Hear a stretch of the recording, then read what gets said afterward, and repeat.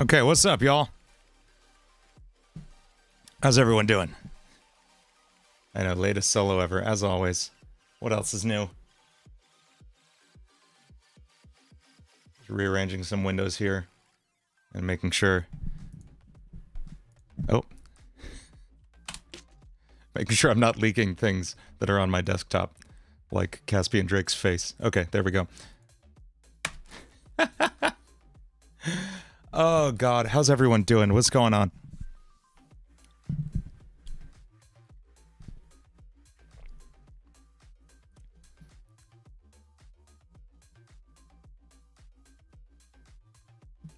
I'm just reading chat, and it's so many things. I was gonna say everyone needs to, we need to boost that tweet of Caspian Drake's a little bit more so we can find out what he looks like. I'm gonna drop it in the chat.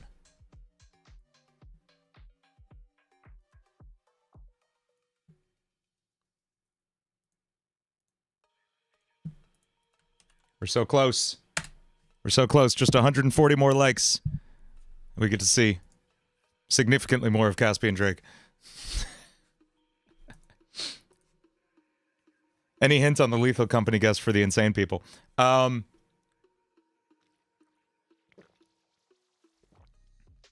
It's someone whose music we've covered on LSE2. Who is Caspian Drake? Caspian Drake is the guitarist of a new band called Royale 5. It's a band of VTubers, and they seem like they're really cool, especially the guitar player. It just seems like he's going to be a particularly cool dude and a very good guitar player and incredibly handsome, both in real life and in his VTuber avatar. And the band is being run by someone who sounds exactly like Oreo. It's crazy. It's gonna be fun, folks. So let's look at. Oh, I'm realizing I need to. I actually need to pull up Brink of Eternity because that's where the Sukuna riff I want to write with. Do I think Caspian's guitar solos would be particularly long? They're pretty sure. Caspian wrote one guitar solo. and it's so different from the kind of stuff I play. Choosing my words so carefully here. So the Royale 5 ninjas don't kill me. It's a really, really fun, refreshingly different style of music from the kind of stuff I do. And it's really cool. Secret insight on Brink of Eternity. It was not made on stream. Was it? I think I wrote it entirely off stream.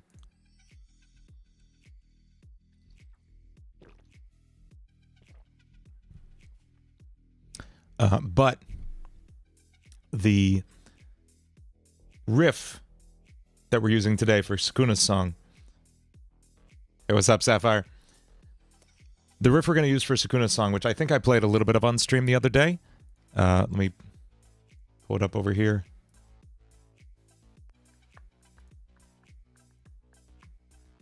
Okay. Just pause Spotify. Here we go.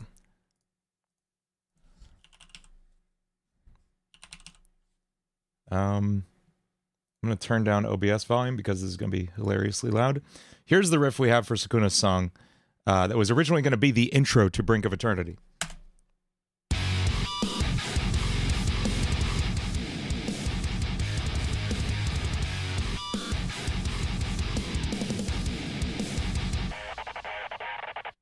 That's what we got so far. And that was going to go straight into, like... You crying? That, like, right there, you know? I just got to find the session I put that in. Is it out here at the end of the song? No.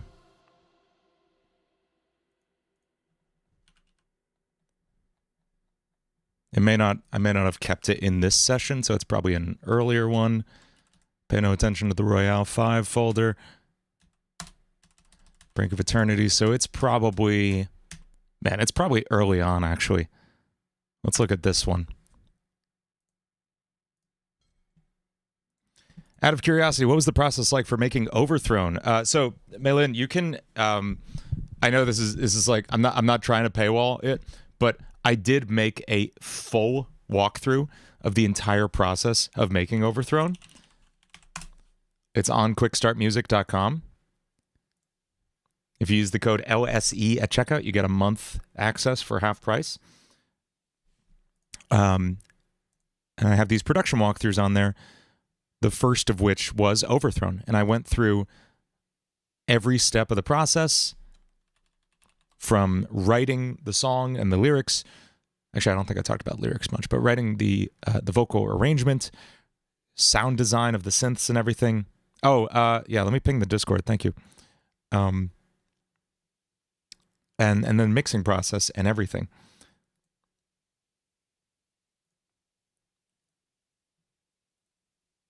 Just pinging the Discord so more folks come hang out.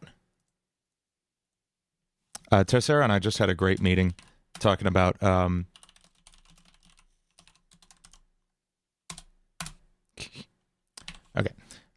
kinds of crazy stuff we want to do, which I'll share with y'all soon. But yeah, I got into this in depth here. But in terms of making the song, it's one of those things that just kind of came to me, as a lot of things often do. It started with that drum beat and the synth part. It's $60 a month normally, but you can just use the code LSE to get $30 for the first month. And if you want to, you can just like cancel after that month. That's totally okay. But it's at quickstartmusic.com. I'll link you right to this page if you want. And you get everything on the site when you sign up. It's not just one course. So you get Intro to Music Production, Elemental Mixing, which is a full mixing course. It's a friggin' enormous mixing course. There's a lot in here. There's like, I think, I don't know, 4 hours of content. And then all told, it's like, I don't know, 12, 14 hours of video production stuff. And then making the music video for Overthrown was really fun.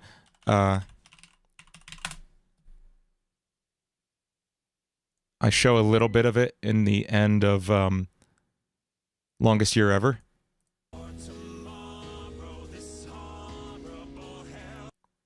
That's Minecraft. Code Red. Minecraft again. Here we go. Okay, so this is what it looked like when I was shooting Overthrown. This right here, if you see that door at the right of the screen, that's the door that's behind me.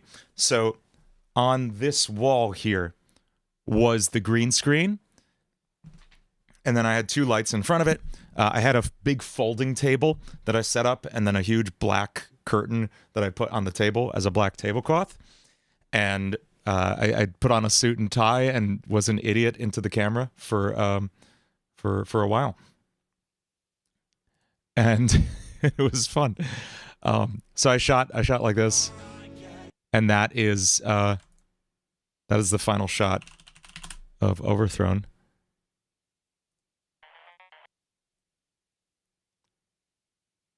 Right here where I climb across the desk. I think it's bow down to a synthetic deity, that line.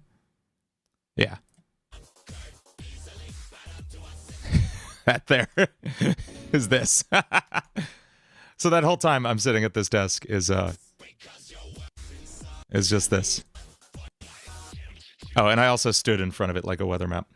So yeah, that's how I made the music video for Overthrown. And then these are all just, these are animated in Unreal Engine. And I used After Effects and just put like a cheesy news broadcast behind me. This was, oh God, there was such a specific news broadcast. It was like, I searched like news broadcasts in 1992. And it was like, I think it was this one maybe. If I ever find it, I will let you know. But there was, like, I literally ripped the exact, like, design of the motion graphics they had on screen and everything. I'm not that ADHD. Thanks, Manny. I know. So anyway, Yeah, I have a lot of fun producing the videos for these. I had a lot of fun with the Lord X video. Did everyone dig that? Y'all want to see like 2 seconds of behind the scenes footage on that stuff? Here's the Are You Listening Blender file.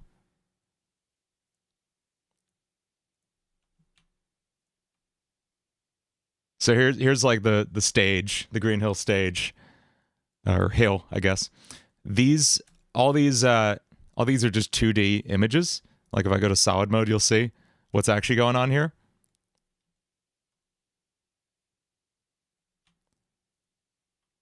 And I'm just actually going to pop over here and turn this off so it doesn't blast us with sound. There we go.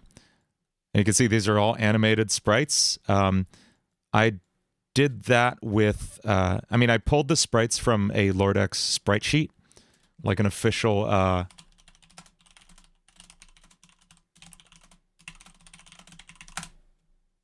this one.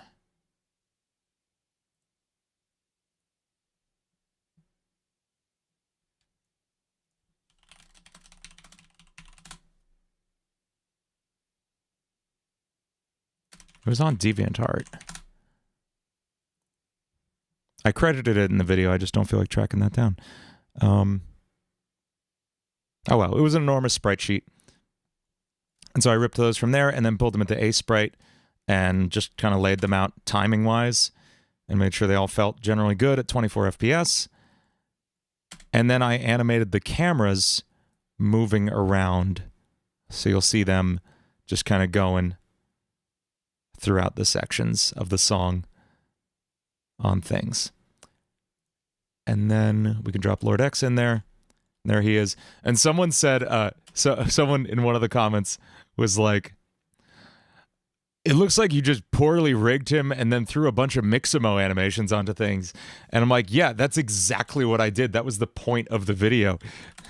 For those of you unfamiliar with Mixamo,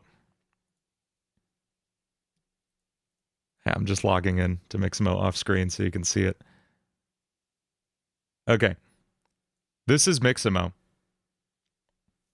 And I have the Tails doll loaded in right now.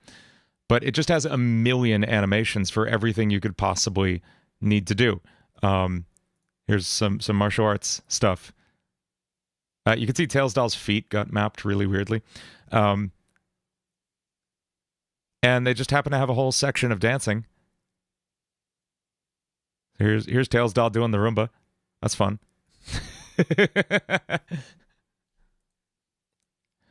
and yeah, it was just all Mixamo animations strung together. So when they were like, looks like you just strung together a bunch of Mixamo animations, I'm like, yeah, I was trying to make the stupidest music video I can. BC, what's up? Yes, BC is 100,000% carrying versus LSE right now. You like single-handedly rewrote the entire mod, and it runs amazingly now. So anyway, yeah, that's the Lord X thing. Just as other fun facts, something really nice about this was that it rendered very quickly because this is the size I was rendering everything at. So it would be nice and pixelated when I zoomed in. I could actually render at, 4K even. And it looks great, but that's not the point, you know? So, oh, go listen, Mylin. It's an amazing song. No, I don't know. So that was that. I had the Angel Island Zone stage. And then this, I titled it Soul Land. The ground looks like soul sand here. Hang on.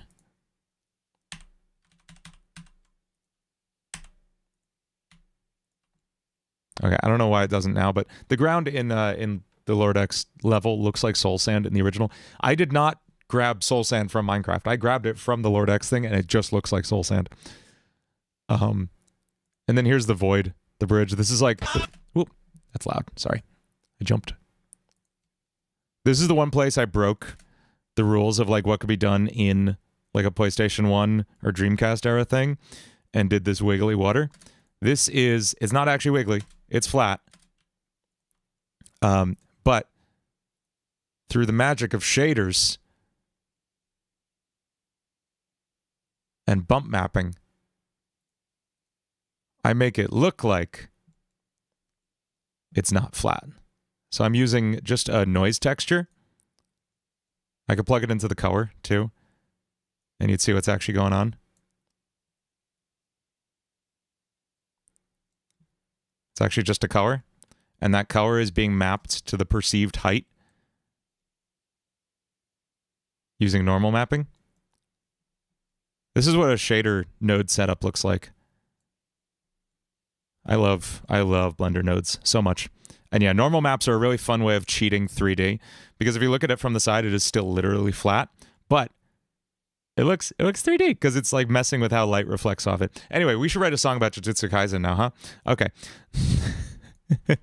Let's see if we can find that riff. It's not in this one. Is it in the original?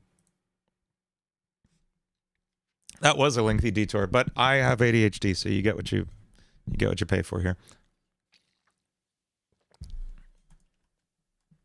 Here was the original demo.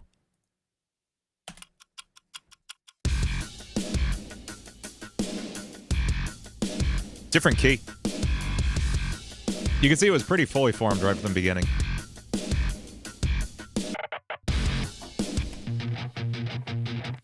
Yeah. It's not in this one either. I sure hope I didn't lose that riff, because I like it. We're just going to check all these real quick.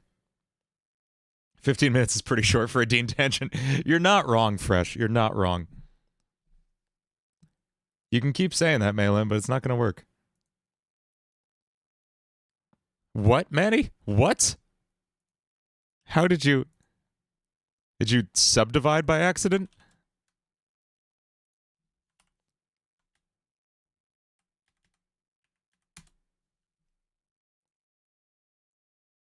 Tabasco pepper sauce. Okay, I'm back. Hi, Tercero. You were writing a Blender creepypasta. I see. That's very good. That's very good. If there were a Blender creepypasta, it'd be like you keep deleting the default cube, but it keeps coming back.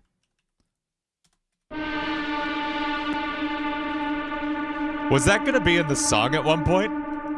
That might have been supposed to be in the song at some point. Been supposed to be? Is that what I was saying?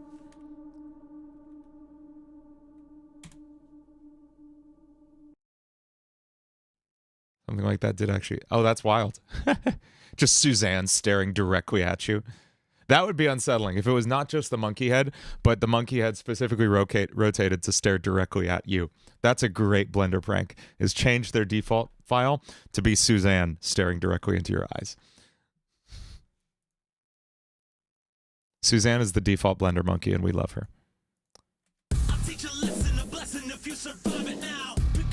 I swear to God, if I have to remake this riff because I lost it, I will be so mad. I don't think it's here.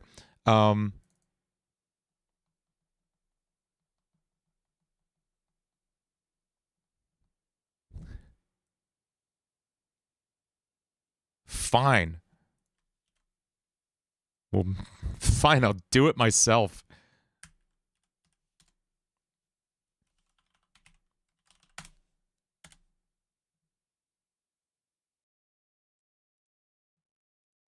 With this treasure, I'm so frustrated, I just immediately resort to summoning Maharaga. Yeah. That's my favorite meme, is that Megami, in Jujutsu Kaisen spoilers, mild ones, Megami Fushiguro, one of the, like, the Vegeta of the cast. I'm not wrong. You can't tell me I'm wrong. There's an archetype. Vegeta, Hiei, Megami. Short kings with spiky black hair who are the sidekick to the main character, even though they're vastly more capable.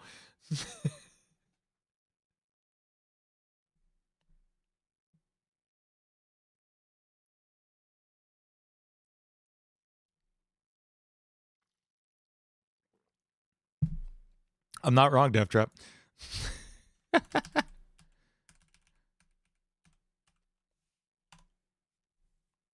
Actually, I don't think Megumi's short. But Vegeta and Hiei are... Let's just like... Let's just get a vision board going here. We got Vegeta.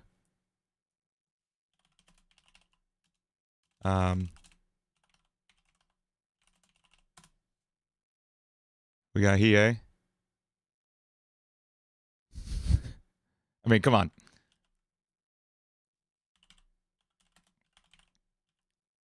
Megumi's not short. I don't know why he gives short energy. Come on.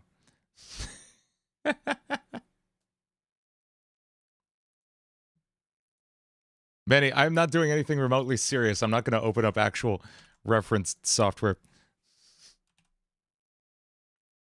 Shadow's another one. Shadow's another one. Shadow's a Vegeta.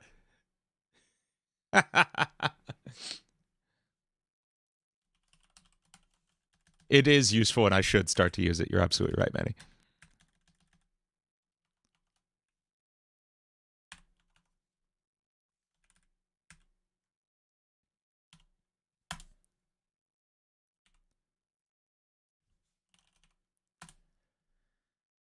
You're a Vegeta hair speaking. No, it's got to be spiky. I don't know that there are any real world Vegetas that I can think of. I'm so mad I didn't save. I mean, I'm sure I did. I'm sure it's in one of those. I just don't feel like going through it on stream. So we're just going to do it again. And you can see the process of making it anyway, because it was fun to make. So we pick a heavy sounding one of these. I like Zagreus. Or Thanks Nobu. No, I like Zagreus. Zagreus? How do you say his name? I'm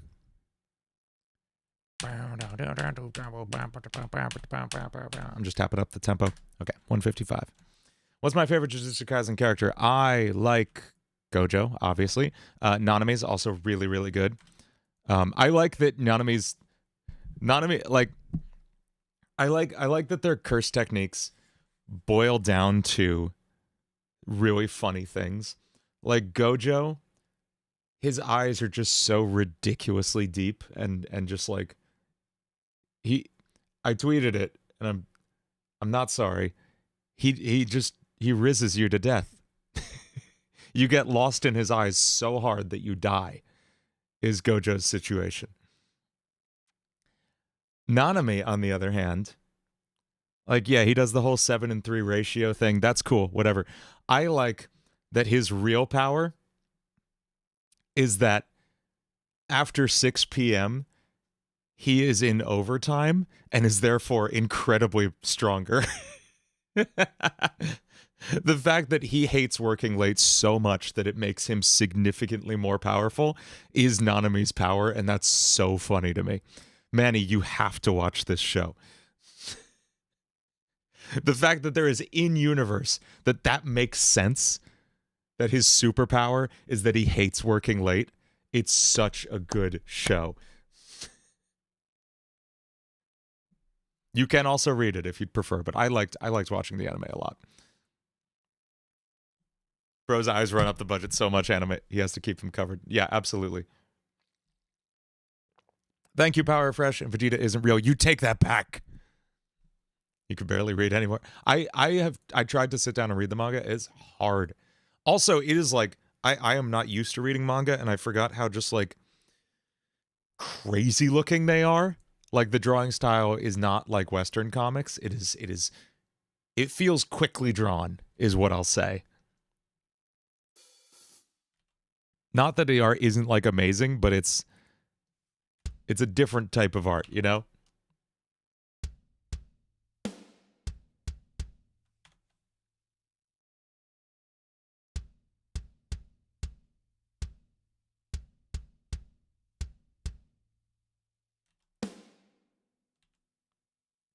You keep laying it out left to right, right to left instead of left to right. That's funny.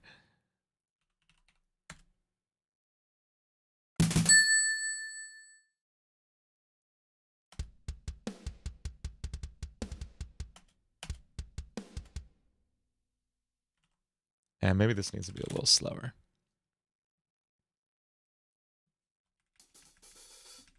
How are you liking the book, Manny? Yeah, the noise of placing drums. It's like Minecraft for but with musical instruments, just like.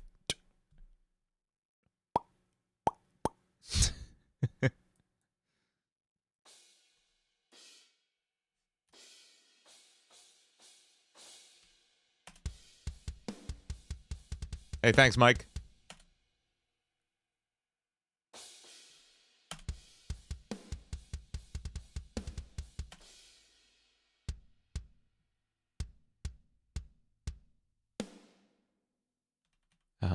Bow, bow.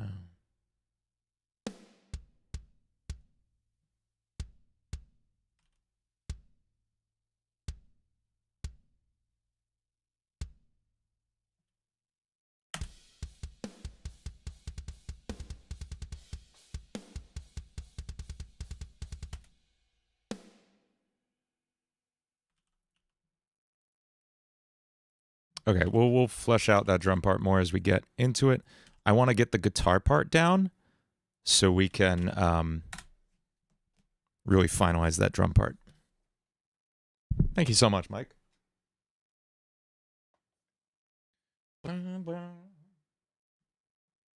Now, this guitar part's going to be recorded kind of piecemeal. And in fact, literally one note is going to be recorded on a different guitar. And I'll show you what I mean.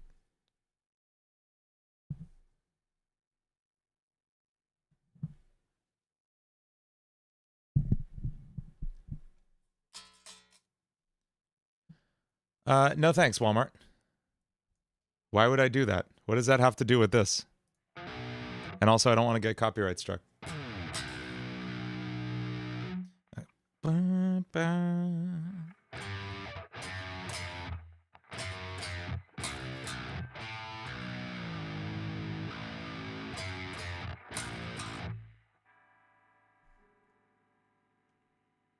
Okay, this is going to be a lot of like copying and pasting and pitch shifting these guitar parts and stuff.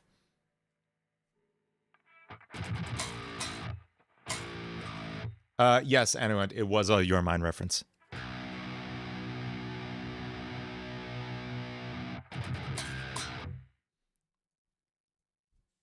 Visually speaking. Did anyone catch the...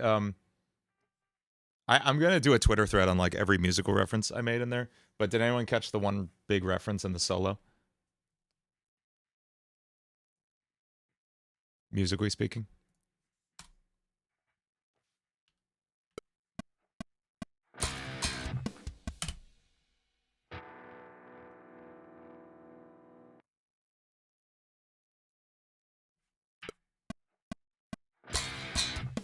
Is this going... Oh, hang on. Is this going to be a Wild West style thing? I don't know what cues gave you that, Walmart, but... No.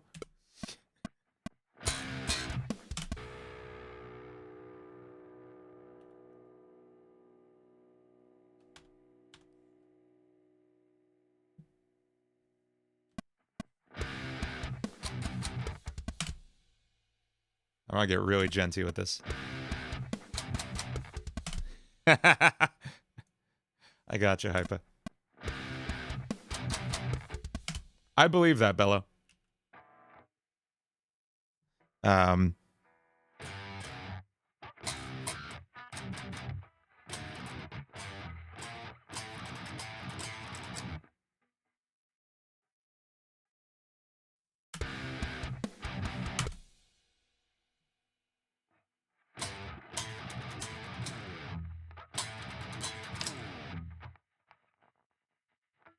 Okay, let me hear this riff a few more times. I'm not going to remake it exactly because there's like things I'd like to change about it, but I just want to hear what I did. Where'd I get the Toby Fox band? I got it at MagFest. It was at the merch booth.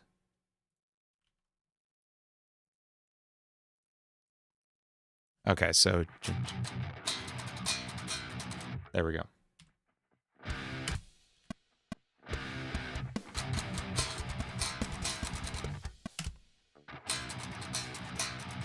There we go. Is this good?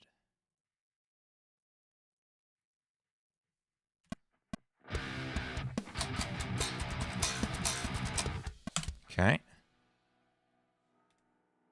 And then I did kind of a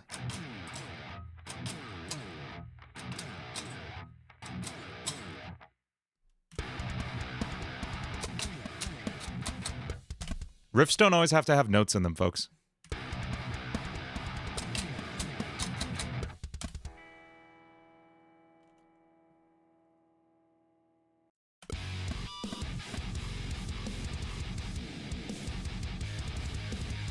Okay. Good. I was right. I was right in remembering this. Ah.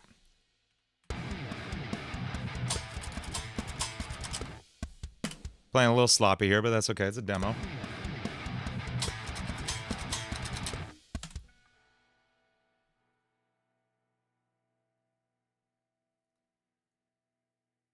I have no idea what you're talking about, Manny. What's my favorite song I've ever made? Yours is Code Red. Well, thank you, Mike.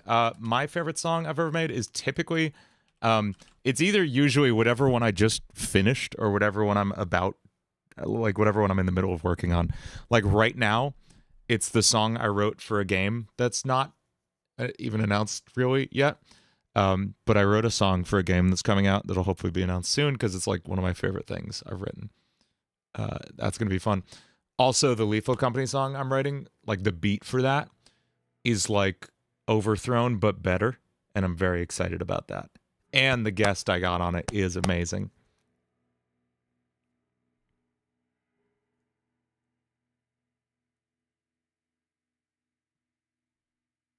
I don't think this will have any of the meme JJ Craig. I mean, maybe. It's not going to be very memey. It's like Sukuna being menacing and terrifying.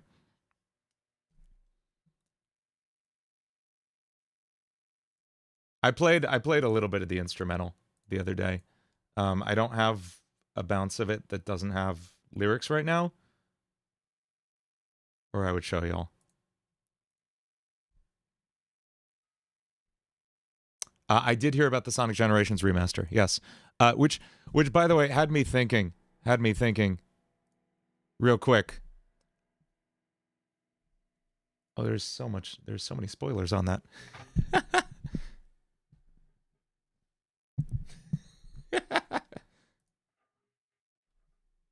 That's fine.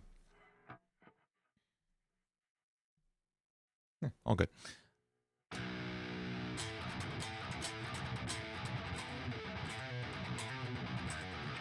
Okay. Had me thinking, Tercera and I were talking about earlier. Sonic 3 is coming out, the movie.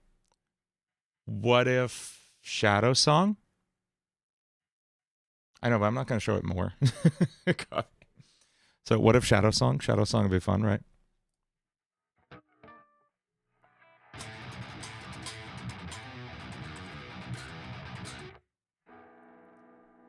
Lethal Company might be your favorite song? I think it might be. We'll see.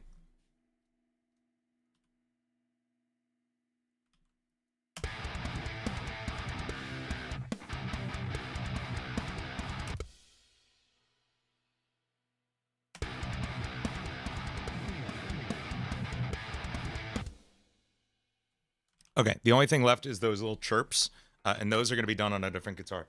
Yes, I've heard Victor McKnight's song. He actually sent it to me a little early to listen to. It is sick. Where's my red guitar? Hang on.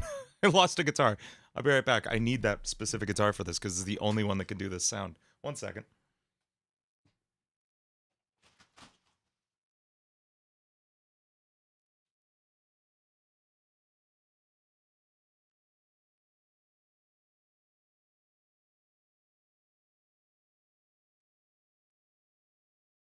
I think it's upstairs. I will be right back. Chair stream.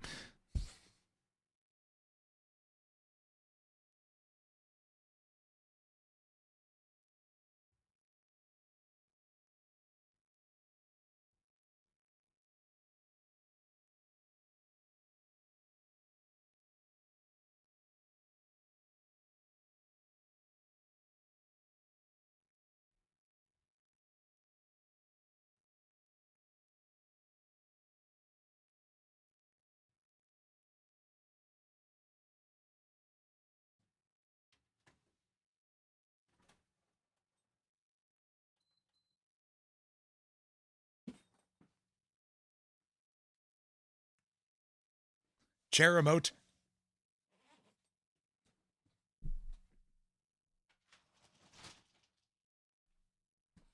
Okay, it was out in the garage for like a month. I feel bad. It's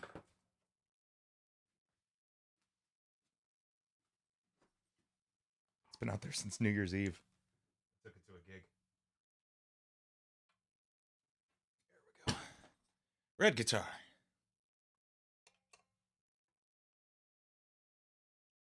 Seems okay. I did not mean to leave it out there. It looks exactly like my keyboard case, and I would be fine leaving my keyboard out there. This is the red guitar. It never shows up anymore on the channel. Mostly because I'm never on camera anymore on the channel. But it is here.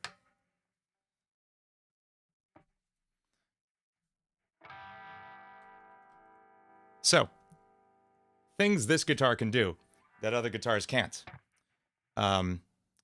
The main thing is this has a tremolo system, this whammy bar thing, so it can go...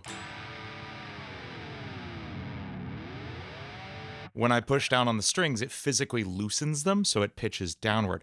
And this can mean all kinds of things like 80s dive bombs, especially I like the Joe Satriani style one where you grab the whammy bar with your left hand and do this. So you could do that, that kind of thing. And then I like doing like legato tricks with it, like that kind of thing.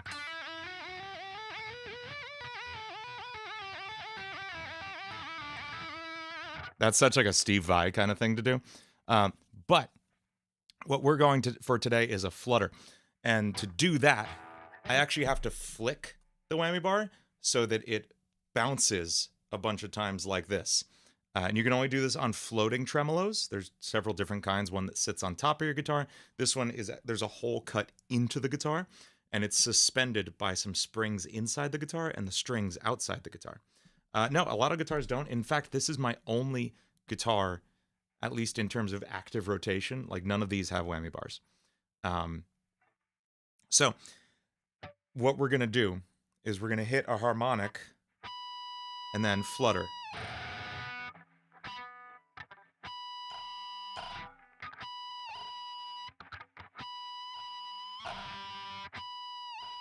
That's what we're looking for there. You can also hit the guitar to get it going. That works sometimes.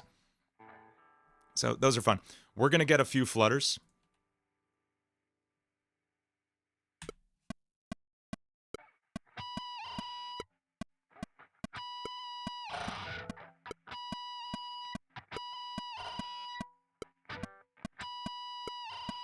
Okay.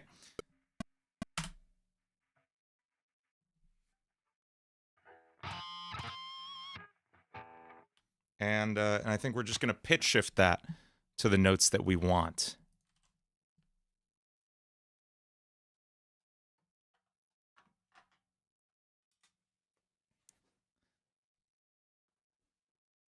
Animating that guitar is hell. You're absolutely right, Manny. So here's those flutters we just recorded.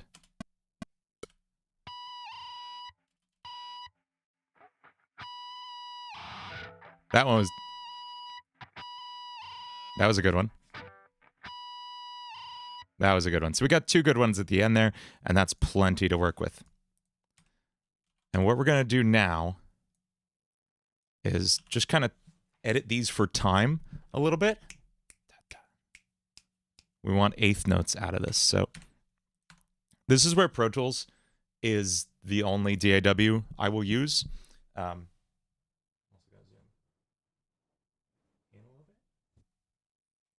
Here's why I like Pro Tools, folks. Really, really good audio editing. So, for example, when I'm working with tons of audio like this, you can hit tab, and it'll jump to the next transient, the next like bump in the audio. So I want this note, and I also want where the flutter starts. So I'm just going to hit tab again. It's probably going to take me to here. Oh, no, it took me right to the flutter. Perfect. I'm just going to make a breakpoint there.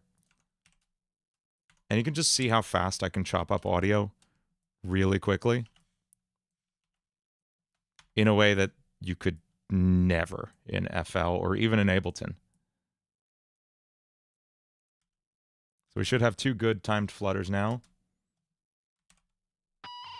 Cool. Sweet.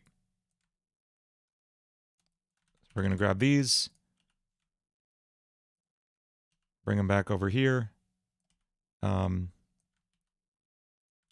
There. And there. They may not have been extreme enough. I kind of maybe want to redo them a little crazier. Thank you, Tessero.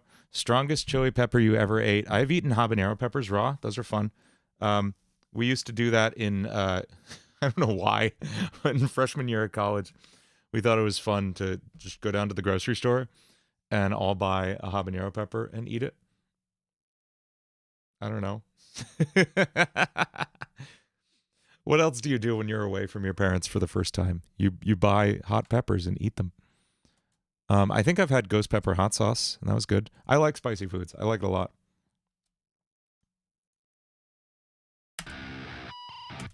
I would eat a Carolina Reaper. It would hurt. I want to do Ro Panaganti does like a Hot Ones style interview thing, and I really want to do it with him. I think it'd be so much fun. We should have stopped by his house on the way to MagFest, because I think he's like somewhere along that line of things.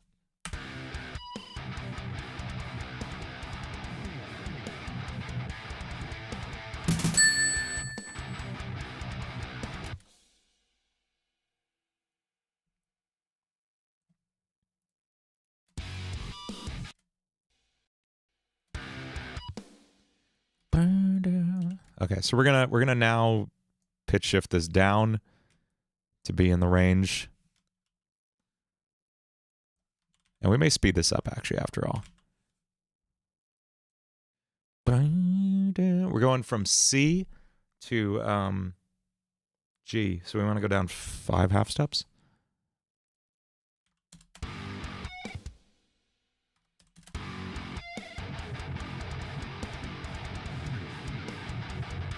Okay.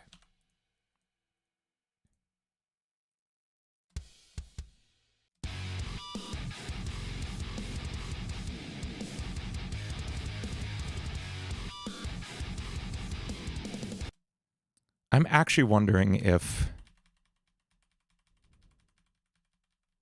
I think I tracked this on the other guitar. Not the... I think I tracked this on the Jericho, which I should have done in the first place. We're going to do that real quick. We're also going to track it faster. Hey, thanks, Hypa. See you around. Yeah, we'll track this on the Jericho real quick. This one has a lot more tuning stability. So it can tune really low.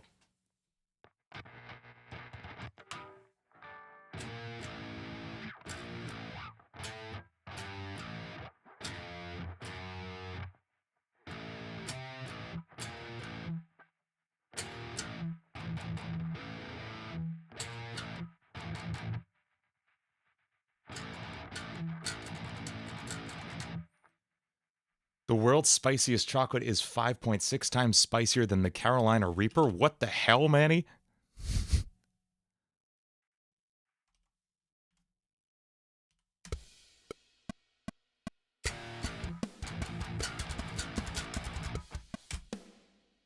I'm actually going to reduce my gain a little bit.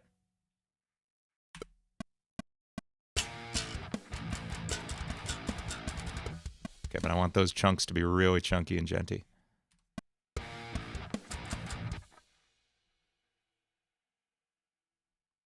get the other side so nobody complains.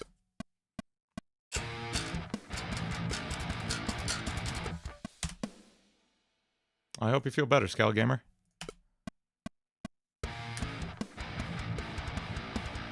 I think it has to be like some kind of scientific measurement of the amount of capsaicin in it or something. Because there's no way you could even have perception at that point. It's like trying to tell the difference between like 5,000 degrees Fahrenheit and 10,000 degrees Fahrenheit.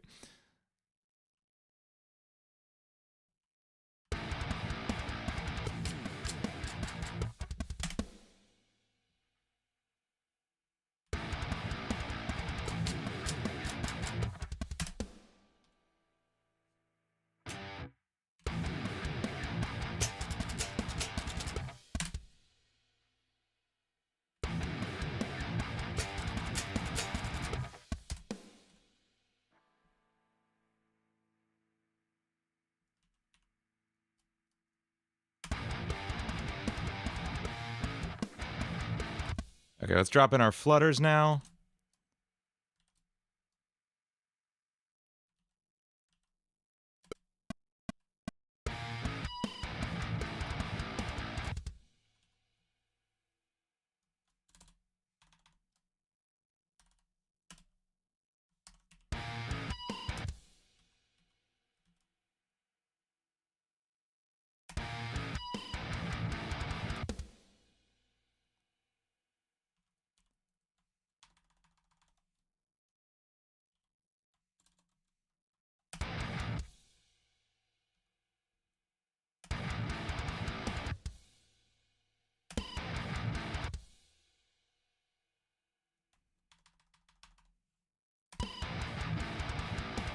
Oh, that sounds terrifying, Norby. I love it.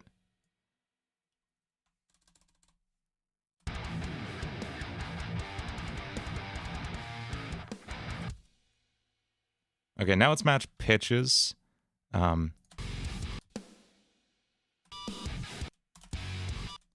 Ba-da.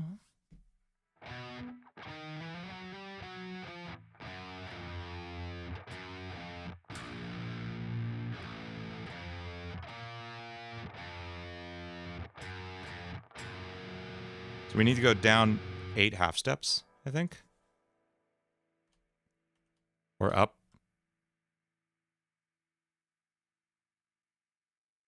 One of those. Let's figure it out.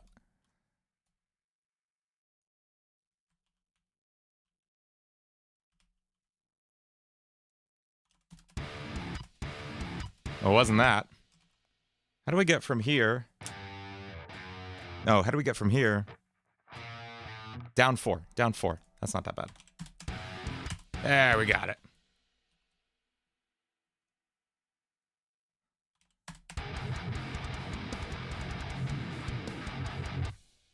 There we go.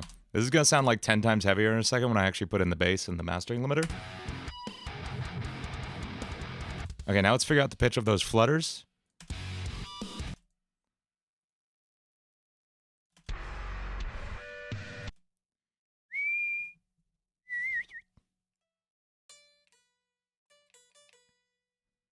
So we have, at least on my guitar, a D and a B.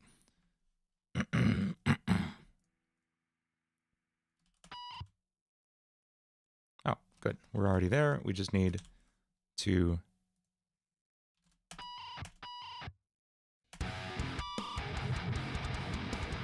Sweet. We got that. And then I think for this one...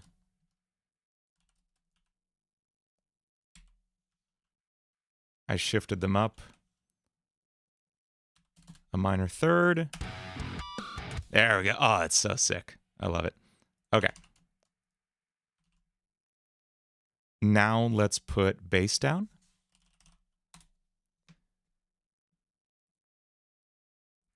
Yeah, Manny, why are you seeking out the hottest chocolate in the world then? This seems incongruous with your temperament. Oh, you're not seeking it out. Oh, you'd buy it for Tessera. I see. I see. Now I understand.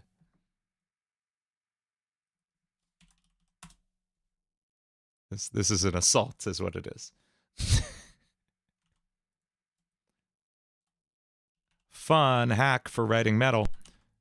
If you're writing both bass and drum MIDI, you can just steal the MIDI from one for the other to get the rhythm right.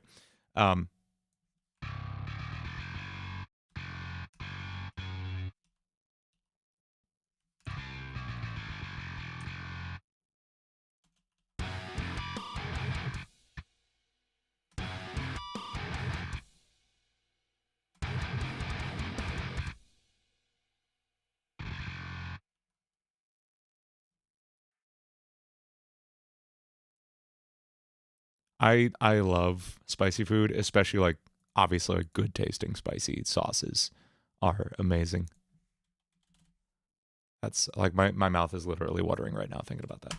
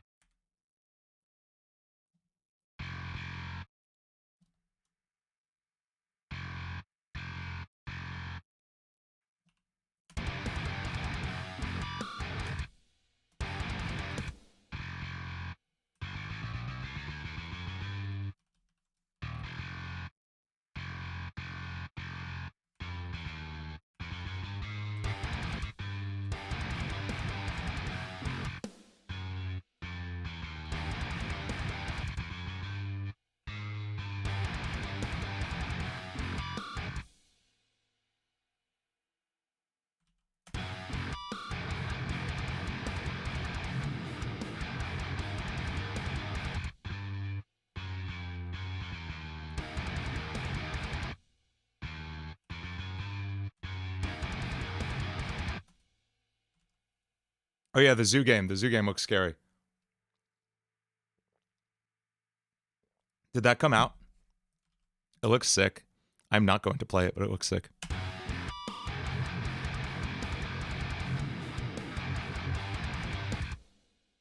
feel like I got this note wrong.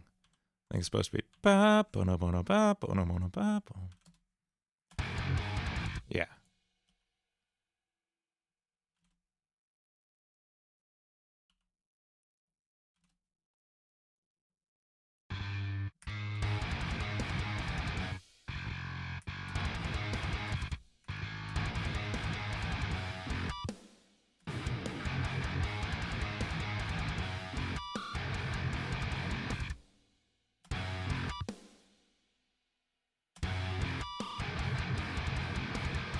Sweet.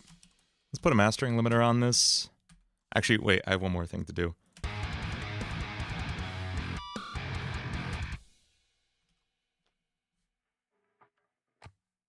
You're gonna play it in the absolute darkness? Dear God. Okay, I kinda want like a big Wheatley on this. Y'all know what I'm talking about. Like just a friggin'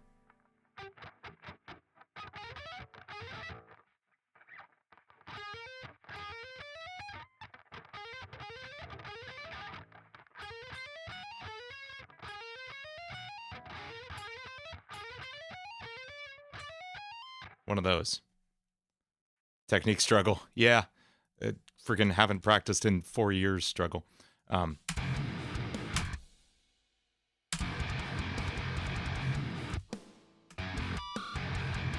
Honestly, so you're not, I super, super agree with you, Fresh, that there's a ton of overlap, especially in the drums, between really heavy, like early bro step kind of stuff, and like gent. Like the way drums and the way the kick drum and the bass interact with each other is exactly the same in progressive metal as it is in like really heavy bass music. Absolutely. Hey, thank you, Jake.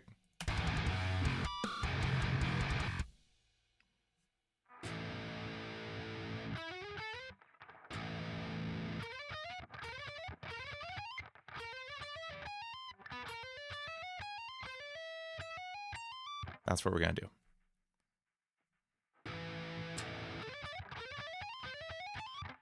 There we are. Okay. It's going to be terrible. Actually, we're doing one this week, Oxuka. Thank you for the Legend of Zelda opening chestnut. So that's like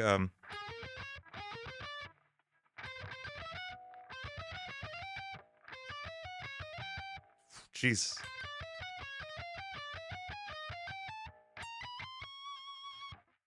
So basically.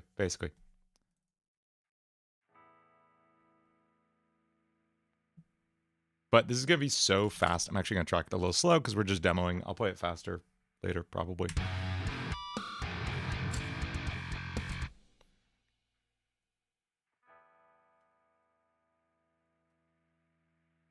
Can I play Blood and Tears? I actually don't know much Castlevania. I'm sorry. Is that... I know one Castlevania song, and it's the frickin'...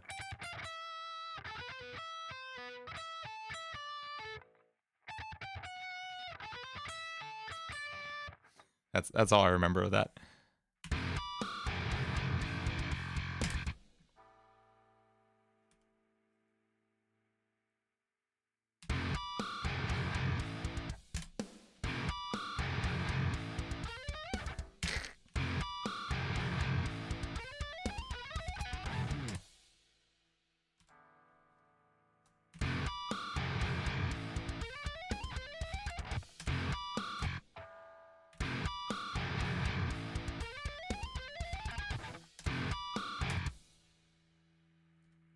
And we'll play this half step down.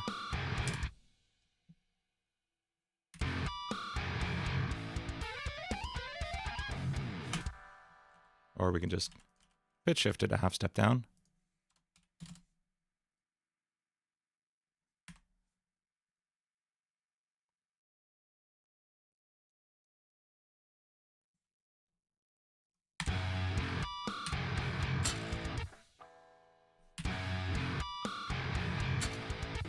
What was my last FNF song? The last one I covered, I think, was Atrocity, the Jelly Skeletons song. And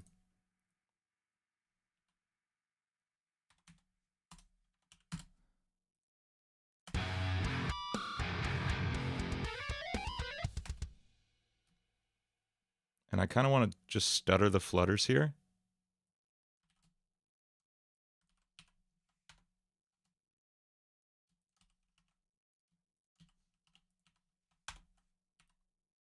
Let's do like...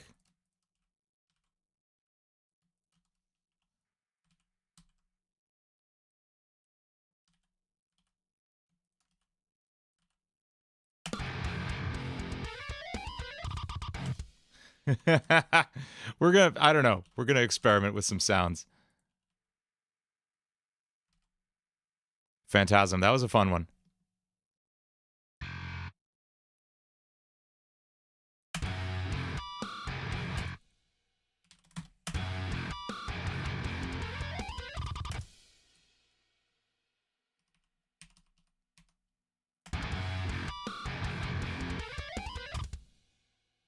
Yeah, the fire alarm sound isn't really working.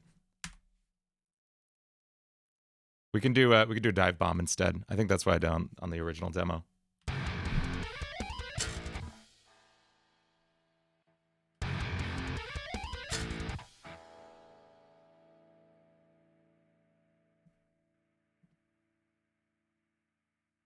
We're gonna pull up verify.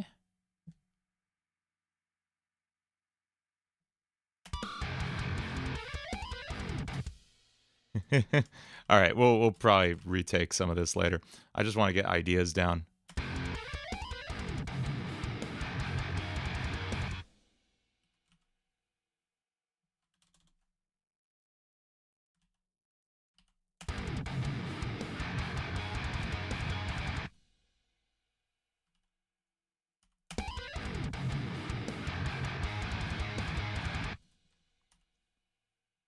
There's just no chance I saved the Sukuna song separately, is there?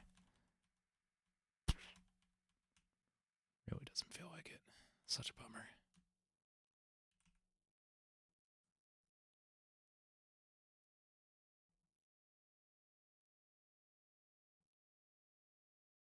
It's almost certainly in one of these backups, and I'm not opening 50 different friggin' sessions to find it. I'm so bummed. You've been 5 minutes behind stream?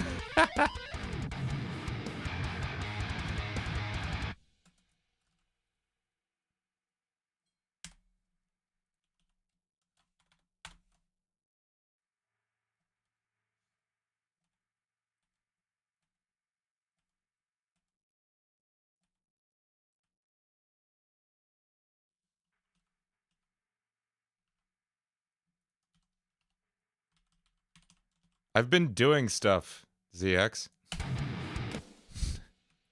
You notice all the songs coming out here?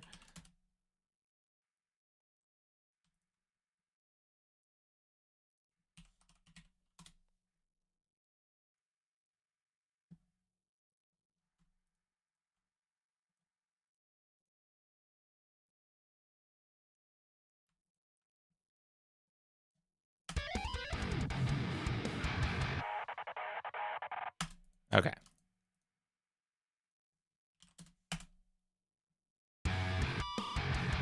Okay, now let's make it loud. Little MoTT. Little FGX.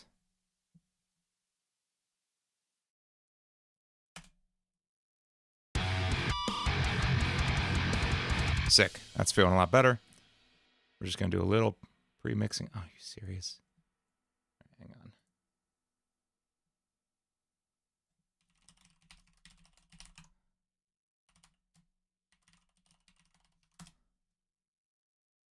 That's not my password.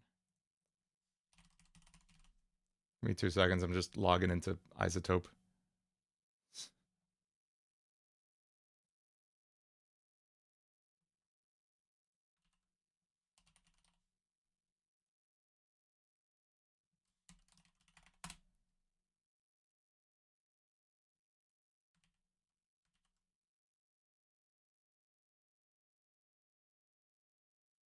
System outage. Okay, I guess I don't have my EQ. Whatever. This is the problem with the always online authorization crap. I have other EQs.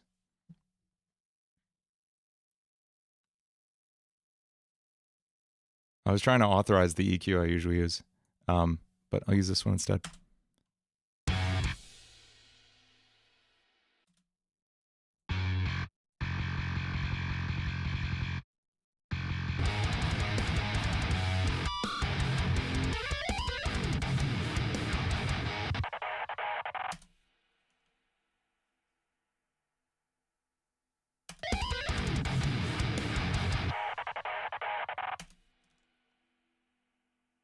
Do a guitar giveaway. Yeah, what Manny said, it would be cool, but really expensive and really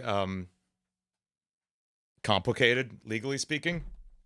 And also, frankly, like, statistically unlikely to provide any kind of return on investment. The idea with those giveaways is to drive, you know, attention and everything, but with the algorithm, you don't actually want attention from anyone other than who's watching your videos.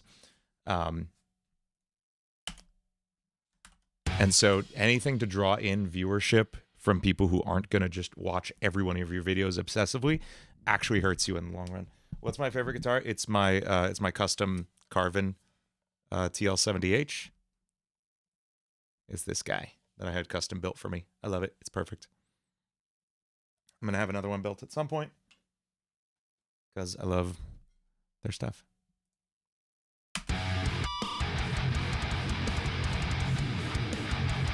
Yeah, exactly, Manny.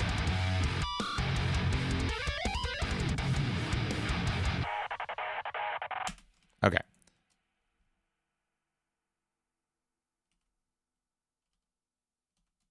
I would love to do an official, like custom signature guitar. Okay, let's figure out a real guitar riff for this now.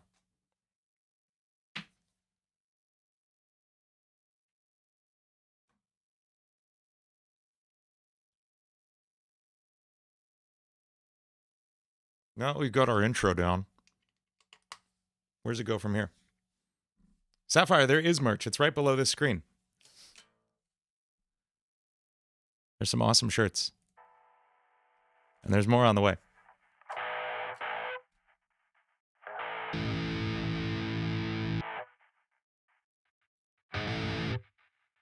Actually, I haven't watched anything from Has Been Hotel, so I can't play anything from them. Sorry.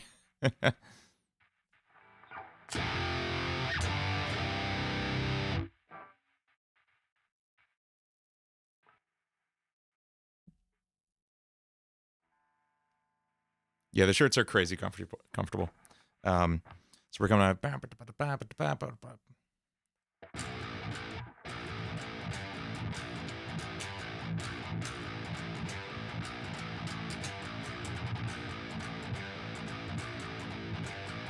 I want something like kind of genty, kind of polyrhythmic a little.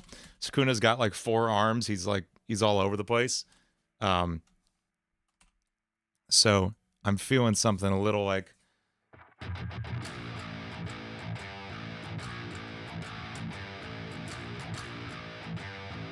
something a little crazy. Haddix, it might be like next. I don't know. We'll see.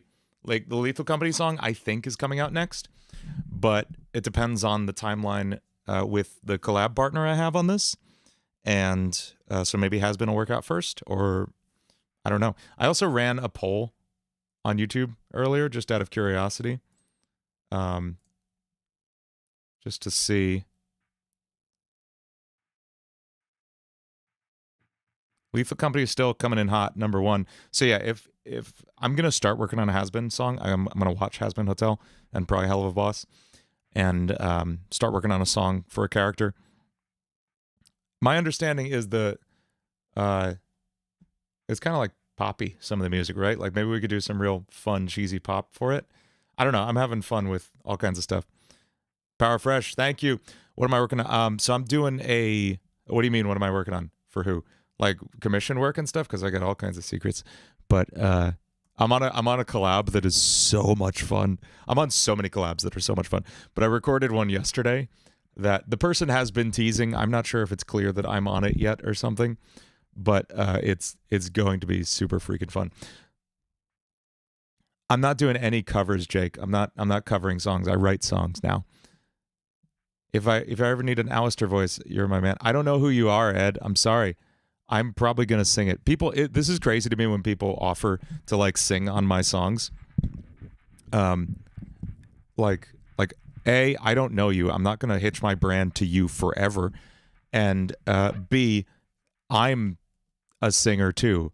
So thank you, but I have no idea who you are.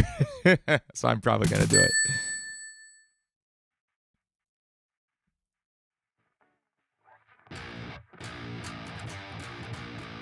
I lost track of what I was going to record.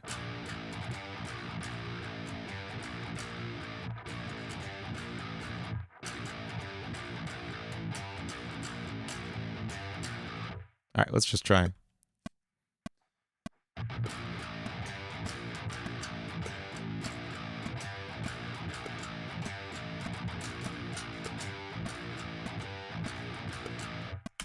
We'll start with that. See how it feels.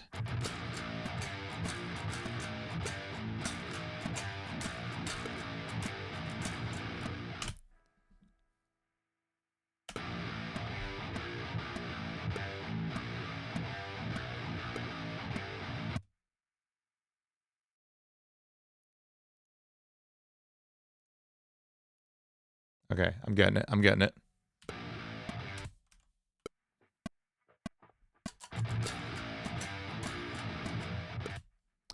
Oh, Manny, that's actually the old Shopify store. The new one is shop.longestsoloever.com. And it's on the screen right now. I mean, that one still technically works, but I'm trying to push people to the new one because Fourth Wall has been a lot easier to work with. They both work, though.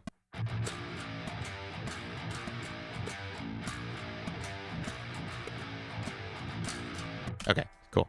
So there's our riff, and it's going to repeat. It is not an even number of bars long, I know.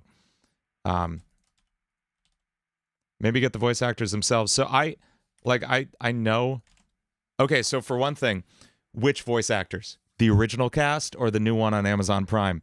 Because I have mutual friends with the original cast, but they all feel kind of understandably not super jazzed about Has Been Hotel right now after being kicked off it in favor of bigger names. I do not have access to the bigger cast, but even if I did, I don't think I would bring them on out of respect to like the original cast, you know? That doesn't feel good no matter how it shakes out. So I don't think I would, like, it's cool that Oreo got Digital Circus actors on her song. That's awesome. I don't necessarily think that needs to become a standard or a requirement or anything, but it is something I would consider for songs in general. Has Been is not going to be one of them because of that situation with swapping out the voice actors that I understand, but I didn't like.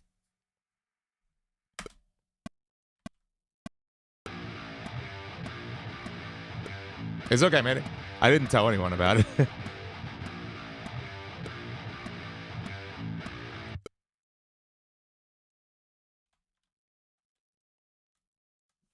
Yeah, like what? Like would it be better if, God, I'm blanking on his name.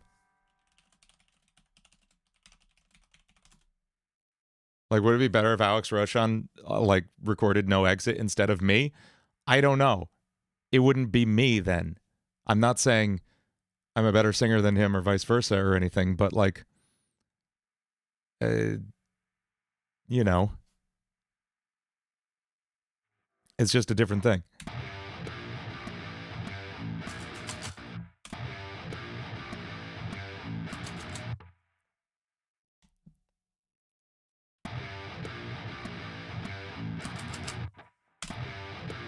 Okay, so now we've got like a 4-bar polyrhythm situation.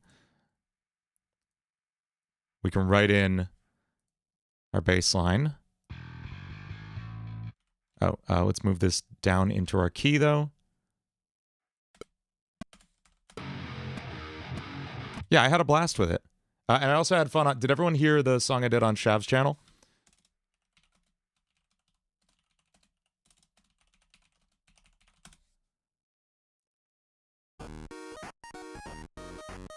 Everyone check this out.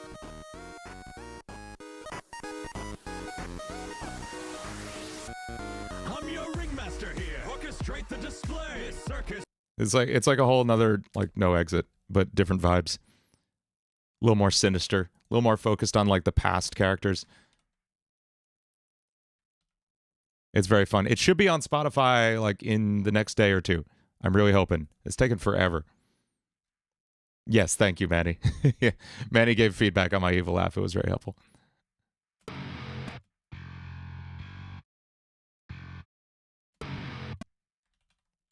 And yeah, I don't know why Sexy is in the link. It's very funny.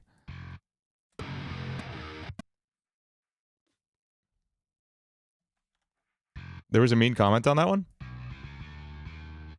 What did it say?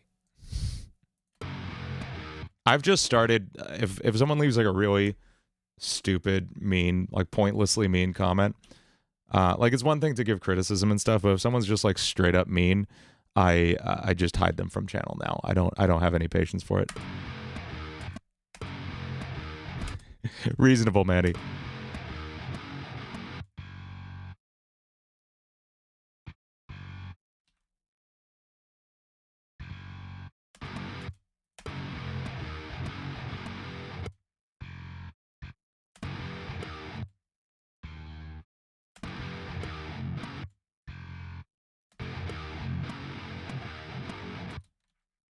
Oh yeah, I saw that. That's just lame, you know? Like, it's awesome that Oreo got that, but it does not have to be a standard for thing. I saw Lizzie was on another Digital Circus song, I think, too. And again, it's super cool. It does not mean that's now the requirement. It's not the standard.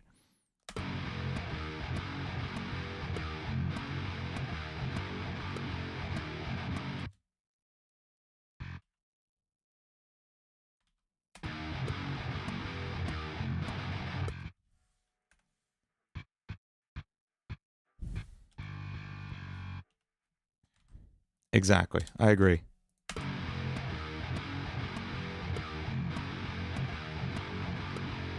Okay, cool. Now that we're...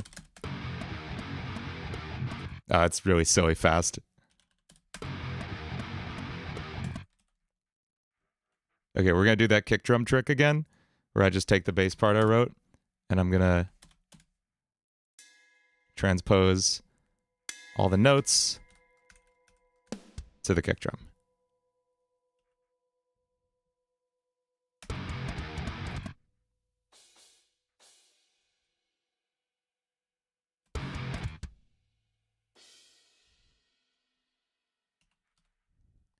And I know I want this to resolve into a groove. People aren't being gatekeeping. They're just being like, and I'm not saying this is an actual thing that's happened. Just like we've seen a couple comments. And someone was saying now, like, you got to get the main voice actors for Has Been Hotel on your Has Been Hotel song. And I know it's because Oreo got the Digital Circus cast on her song, which is, again, amazing. So cool she did that. It does not mean I need to get voice actors on my songs in anything.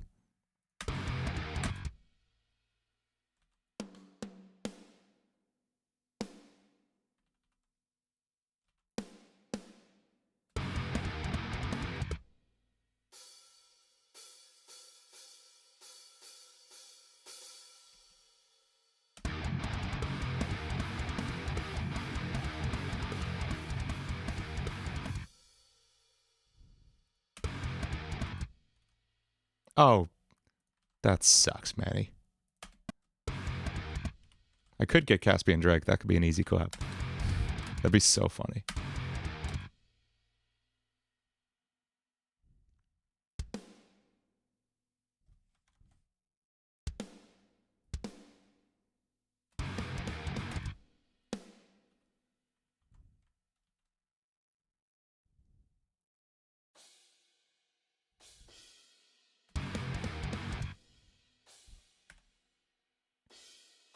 I'm playing with polyrhythms here.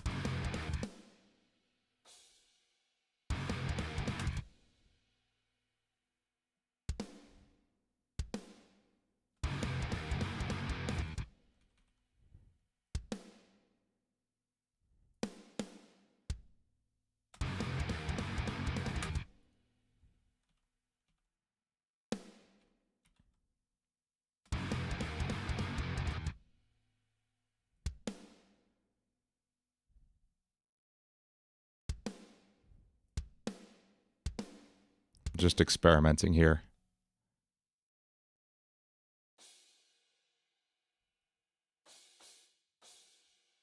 Basically, I want absolute chaos that resolves into a sick groove to explain what I'm thinking here. I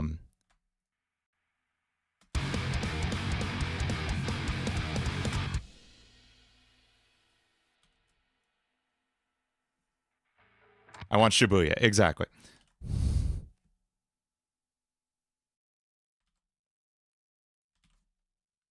You mean the song by the band Covet? Covet has a great song called Shibuya. That's like just beautiful tapped guitar. Yvette Young is an incredible guitarist and composer. She's amazing.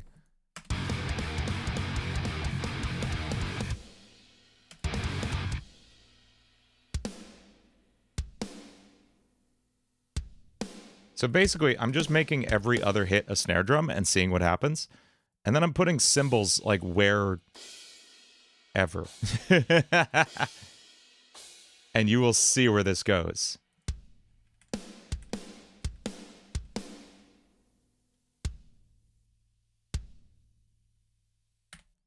And then we'll do just a crazy fill.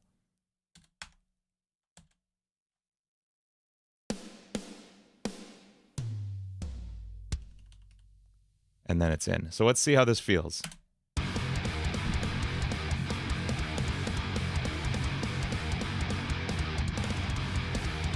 There it is. You see how that resolves?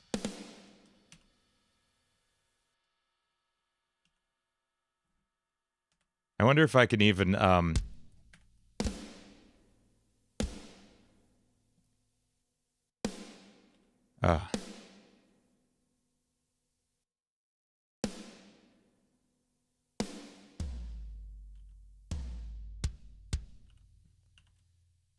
what if we did a stutter edit here?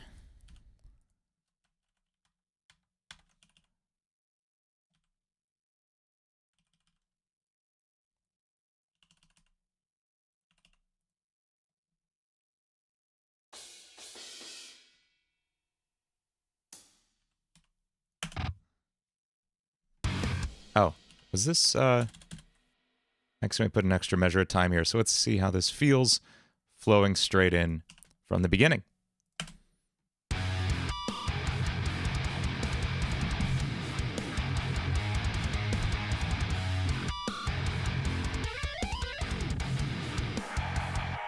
Oops.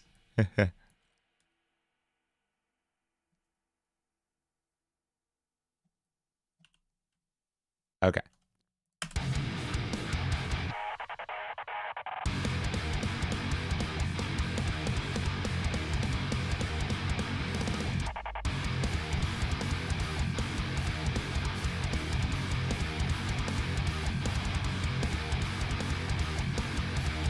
And that goes halftime.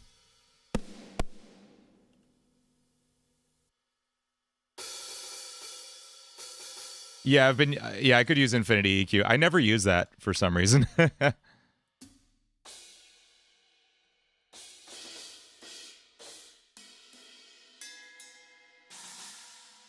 Do a little breakdown here.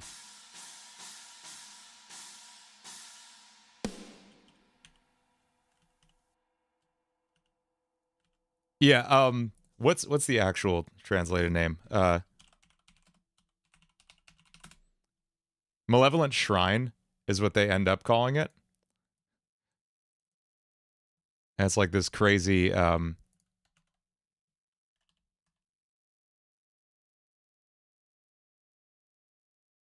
just insane giant mouth thingy. It's Kane is what it is. I was poking fun at Coffee Lemon the whole time. He was making a song about Sukuna because he was modeling a giant mouth at the same time I was animating the no exit video. And I thought it was very funny to me. But in the original translation, it was called Malevolent Kitchen, and that's very funny to me.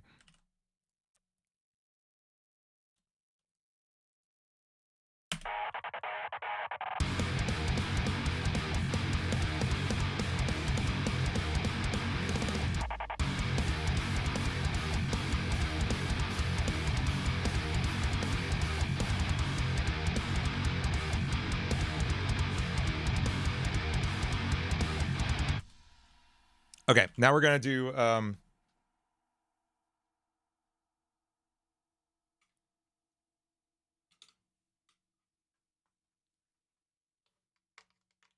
something kind of almost so muted that there's no tone coming out. Coffee, I'm probably gonna do an AMV for this. I think all the LSE anime videos are just gonna be AMVs, and then I'll do the animation stuff on Longest Solo Ever. Which, by the way, I have like the vibe I want to do for the Lethal Company song, and it's so much fun. It's so much fun. It's gonna be so funny. I'll run it, Manny. I'll run it by y'all in the Team LSE Discord later because it's gonna be fun, and I probably need your help on it. Actually, I would love your help on it now that I think about it.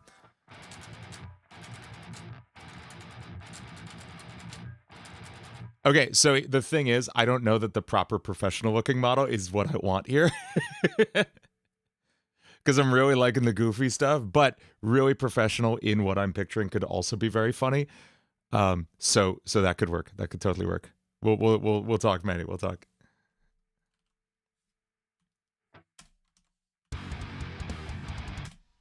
Lethal Company Gangnam Style. That joke's not funny twice in a row, you know? That's the problem.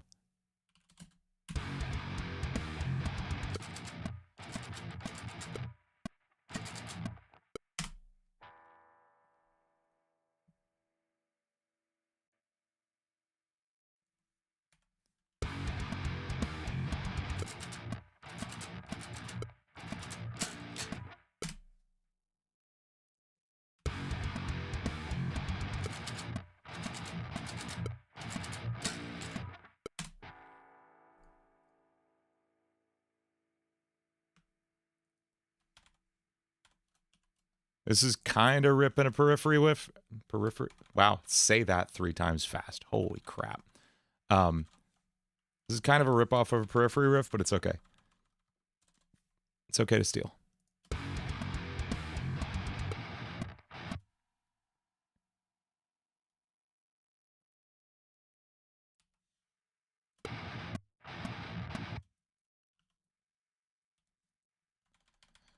This is kind of ripping a periphery riff. Yes, I hope we see whatever monster y'all are talking about.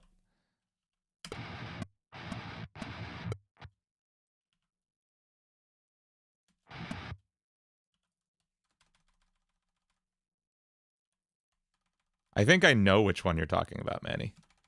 But I don't know enough about it to be spoiled. I just think I know the general concept.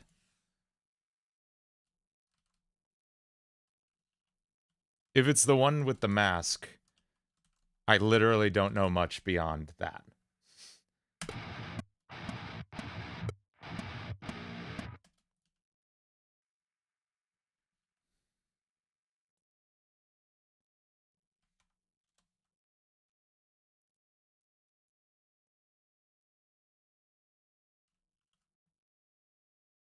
Why can't I transpose? Oh.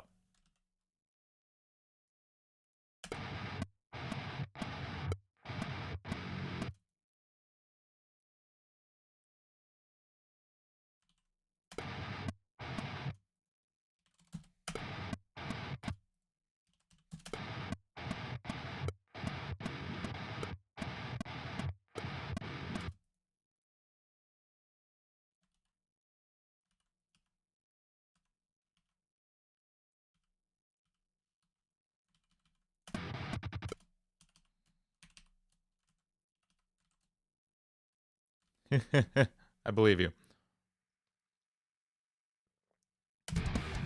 Yes, I remember you saying that.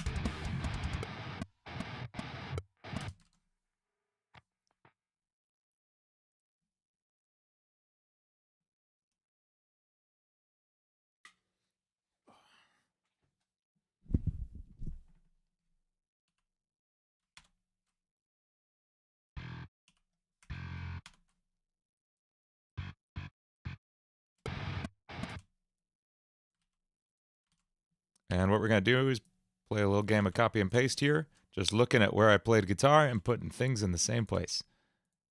Because I don't even know what I did. Bow now.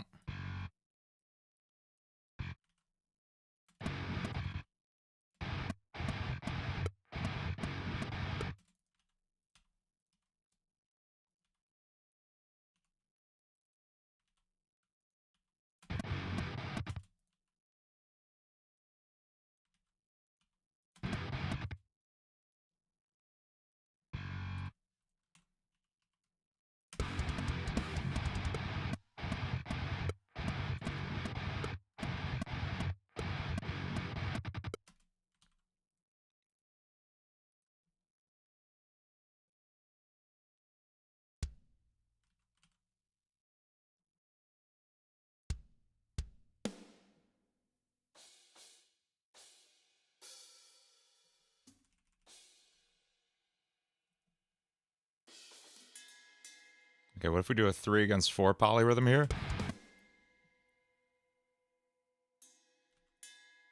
We're hitting ride bell every 3 16th notes. Ah, that's terrible. That doesn't work.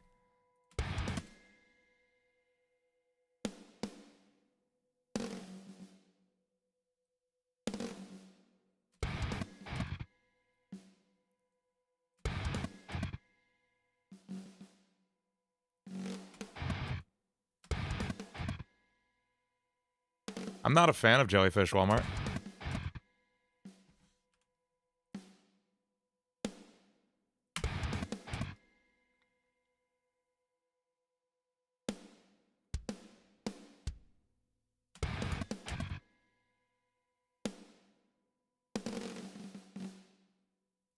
Except that's equally hilarious, Manny. You know it.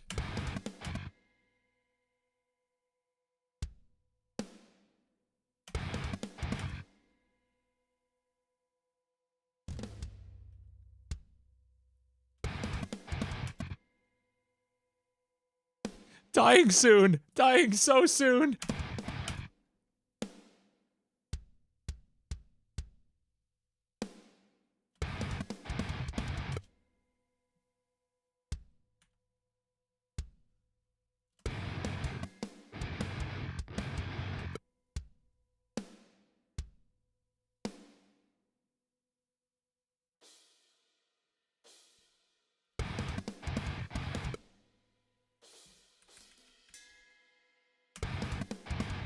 I have, Manny. I have.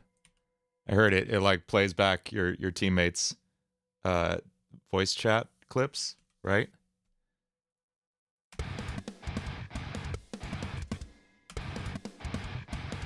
I heard that described as like one potential kind of cool use of AI voice, which is interesting. But obviously, like, moral implications go way deep. You said it, Walmart.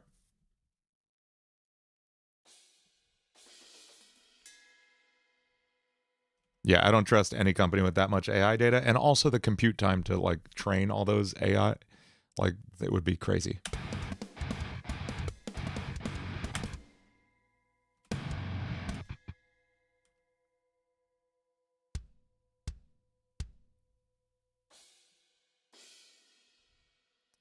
Matt, I forget, Manny, have you watched Doctor Who?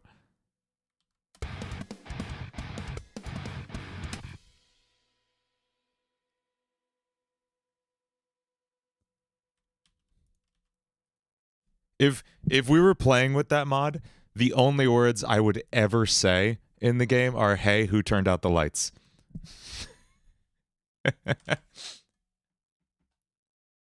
I wasn't thinking Weeping Angels, Manny.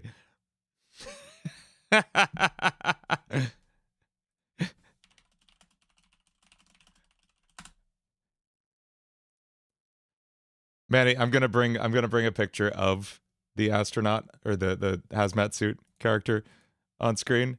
So if you're freaked out by the character, you should look away.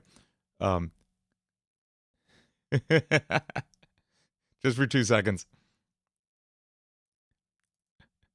In Doctor Who, there's a great episode where I won't like spoil the ending of it, but basically in the shadows of this entire planet-sized library are basically an invisible swarm of bugs that instantly cannibalize like any and all flesh. Not cannibalize, but they eat you real fast.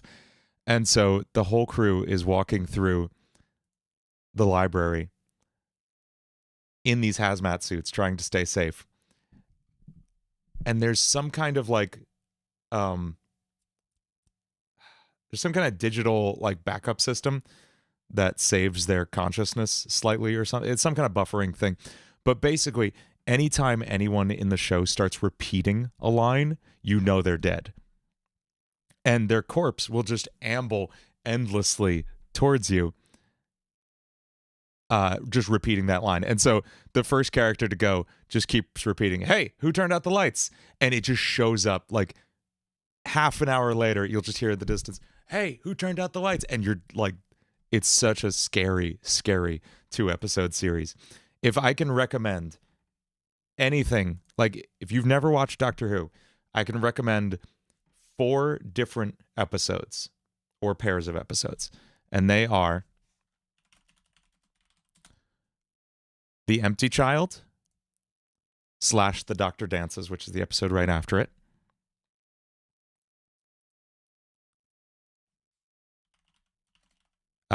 In this one, this is also kind of a horror movie thing where there's this child with a gas mask on who keeps turning everyone in the town into people with it's better than it sounds. It's a really, really good episode. Are you my mommy? Yeah, and he walks around saying that, and it's real freaky. The gas mask zombies, they're real good. They're real good. Blink, interestingly, is barely a Doctor Who episode. It actually focuses on this character, Sally Sparrow, and it introduces one of the most iconic villains in my opinion, in TV history, which is the Weeping Angels, which are creatures that can't move. They're coilheads.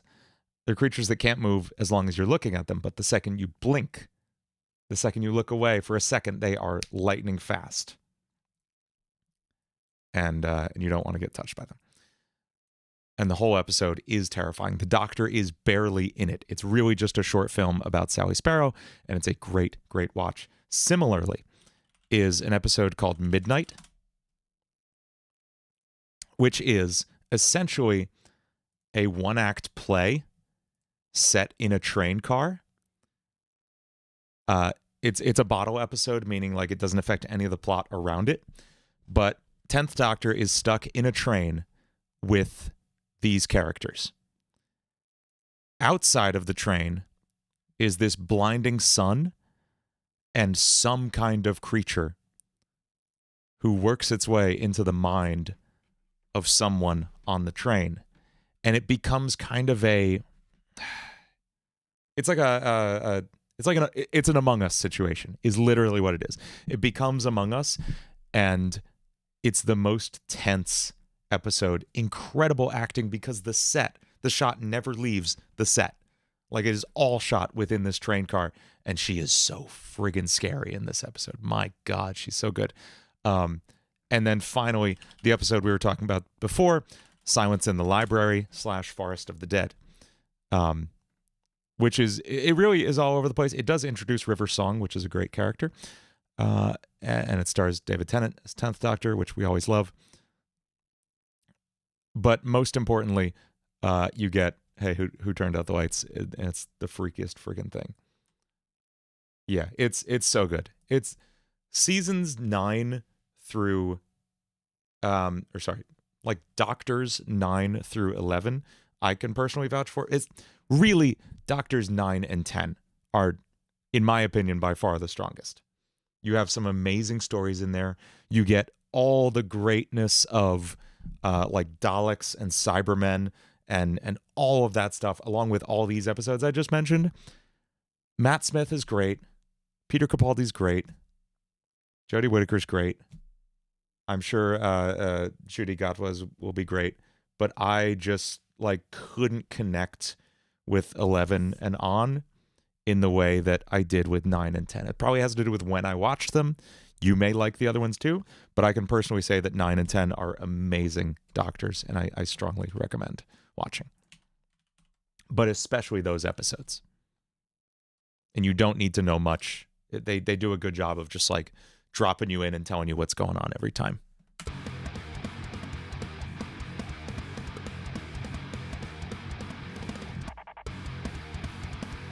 Oh, dude, the shop dummies. The very first episode. What are they? They're they're plasticine from the Nestine Consciousness. Is that it? It's been years since I've watched that episode. Yeah.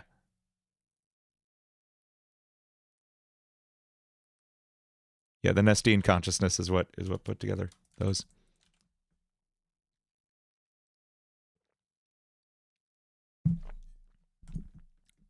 No, I don't identify as gay. I'm married to a woman.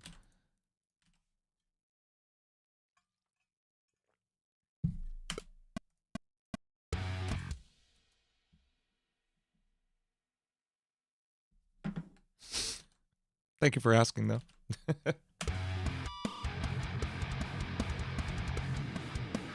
I agree, Manny.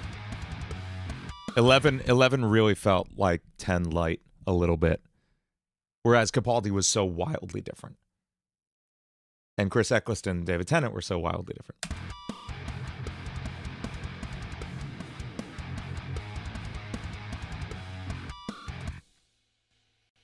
Okay, let's see how this all feels.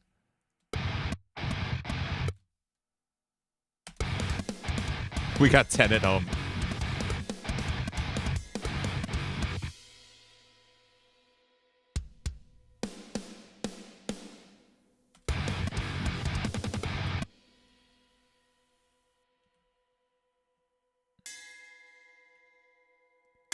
So here's the thing. I did not like Stephen Moffat as a showrunner by any means. Russell T Davies all the way. That said, every story I just mentioned, every episode, was written by Stephen Moffat under Russell T Davies showrunning. I like when you bring Moffat in once in a while to write something. That's it. That's it. Because Blink was brilliant. Empty Child was brilliant. Silence in the Library was brilliant. Midlight was brilliant. And that was all the episodes he wrote, I'm pretty sure. And then he took over the show, and it was not good, in my opinion.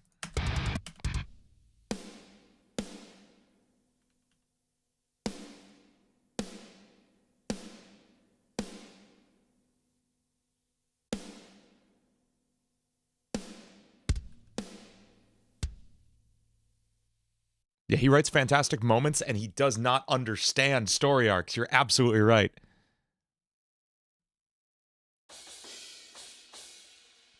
I really want to write and publish some kind of long-form story of some kind, and I don't know what. It's probably going to be a game at some point. Thank you, Tercero. Some people say you act like the 10th and 11th Doctor sometimes. Is that true? No, I don't get that. I don't get that vibe. Not, and no offense meant by that. I just don't see any parallels.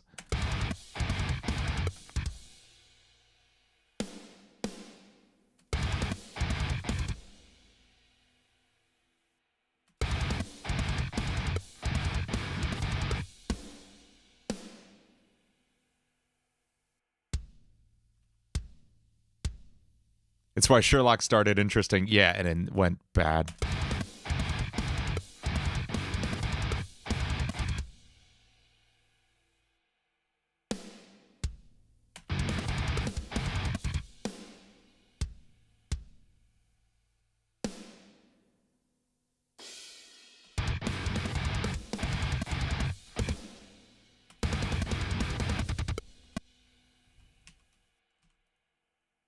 We should write a chorus. This just feels like a bunch of riffs.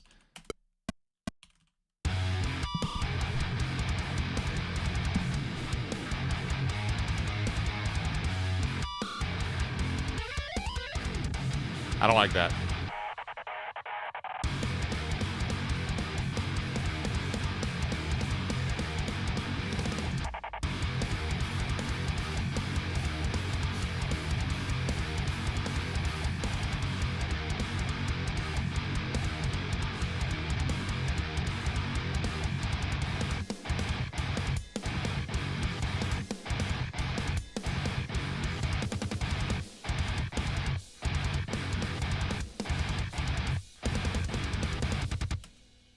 Yeah. Manny, what's your take on the Robert Downey Jr. Sherlock movies? I agree. Elementary is fantastic. Man, I already put Now I'd Win in the Gojo song. Yeah, I truly love the guy. Is it Guy Ritchie? I love those Sherlock Holmes movies, and I really wish they would make another one. Like my wife and I love those movies. Yeah, man, go listen to that one. Because isn't that like, yeah, that's Gojo's. Why would I put that in Sukuna's song? That's Gojo's catchphrase.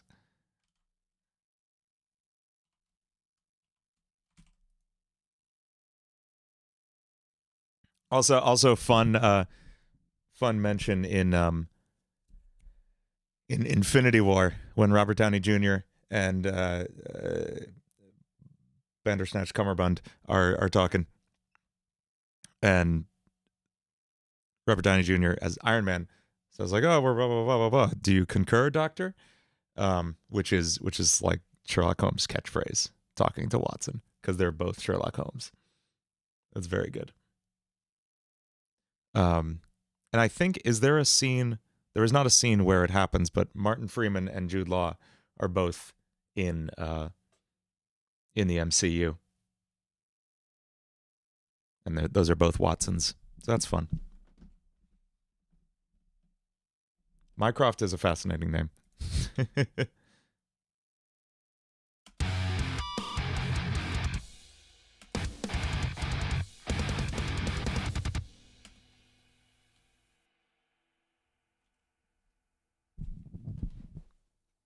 Yeah, Jude Law was in Captain Marvel, and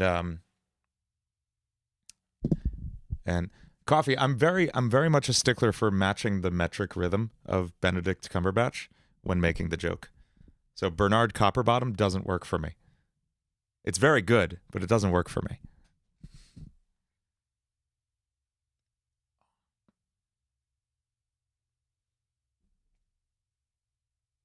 Oh, Manny, I can say, if you're interested in any MCU stuff, I really enjoyed Echo, actually. I wasn't expecting to, because it's not a character I'm remotely familiar with, and I wasn't like super into her during Hawkeye, but her show was beautifully shot. Of course, freaking, what's his name? Jesus Christ. Kingpin. Who plays him?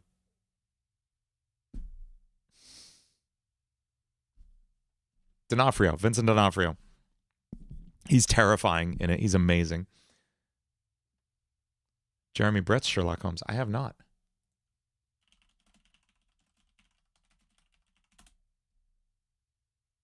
Is this an older one? Oh, yeah.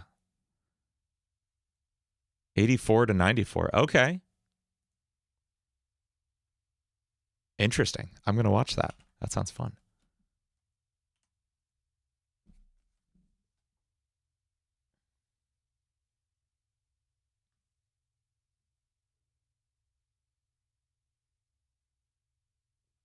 This is going to be a really like Juggernaut era Periphery chorus, I think.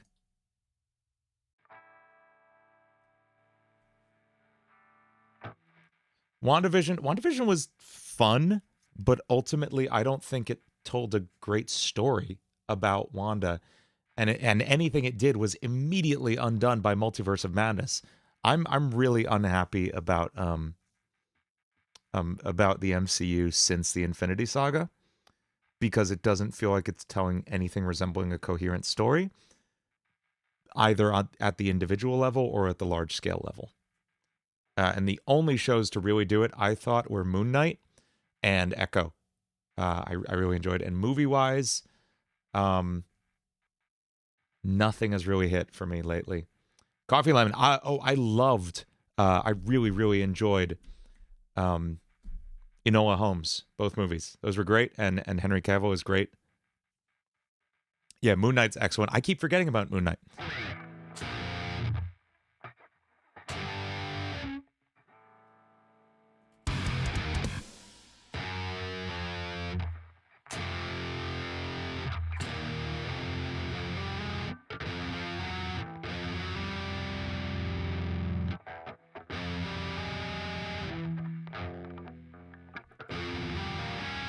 Ah.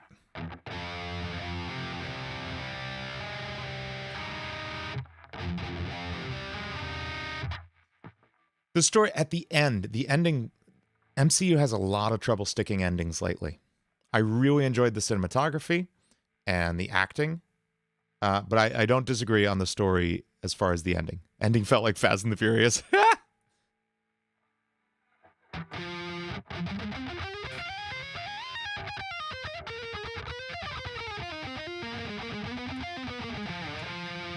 What was the acting choice, Manny?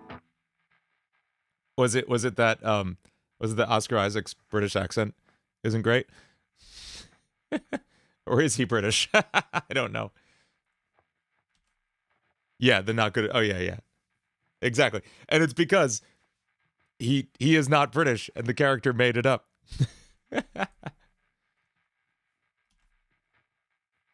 That's great. Yeah, I mean, that show, I need to rewatch that because that just absolutely killed. And Ethan Hawke as oh God, what's his name? The villain in that is amazing too. So good.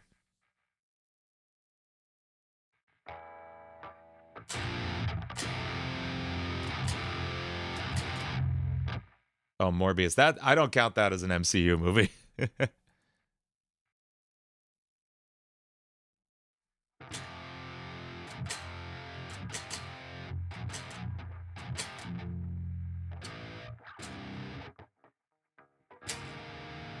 Yeah, it was Sony.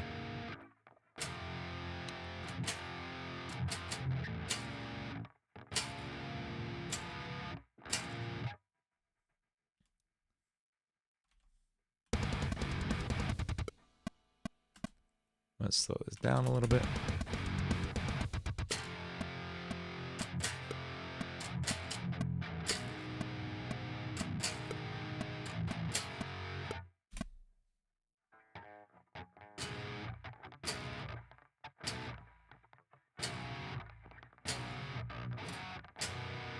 Favorite movie of 2023? I don't even remember what came out in 2023.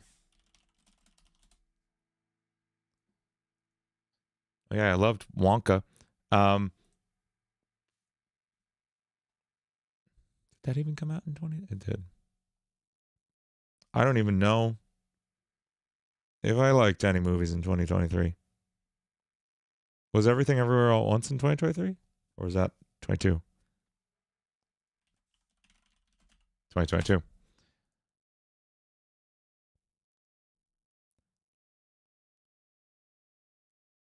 Oh, when did the D&D movie come out? Okay, D&D Honor Among Thieves. It's that one. Yeah. Yeah, exactly. Oh, Across the Spider-Verse was really good too. Here's the thing. My only thing about Across the Spider-Verse, I was not expecting it to be a part 1. And that was such a letdown at the end. It didn't. I don't know. And I know Infinity War did the same thing, but Infinity War feels like a more complete movie than Across the Spider-Verse does. Infinity War feels like you're at the halfway point. Spider-Verse feels like you're at the 90% mark, and then they left off the ending of the movie. I have not seen the FNAF movie.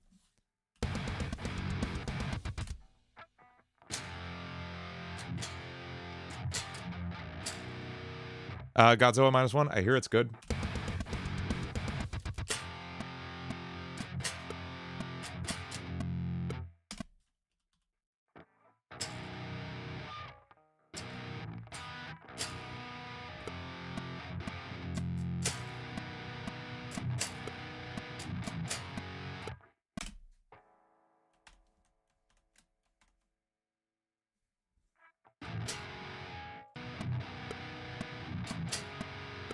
Yeah, the D&D movie was so incredibly good.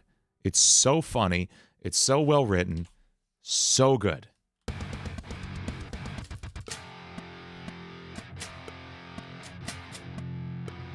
Mario movie was fun, but it was just kind of fan service the whole movie.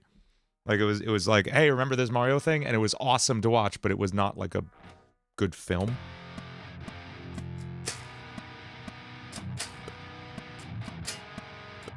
Yeah, the Jericho, it doesn't come out as much. If only because it's so heavy. They got ready for it by actually playing D&D together. I did not know that. That's adorable, Manny. Thank you. Least favorite movie of 2023. What MCU movies came out in 2023? Did Love and Thunder come out in 20? No. Did any MCU movies come out in 2023?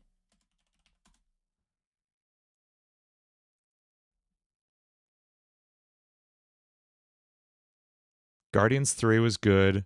Marvel's was good. Quantumania was okay. I don't know. I didn't love or hate any of these. I will be honest, I really only watch MCU movies. Like, I watch some other ones here and there, but by and large, my wife and I go to see MCU movies.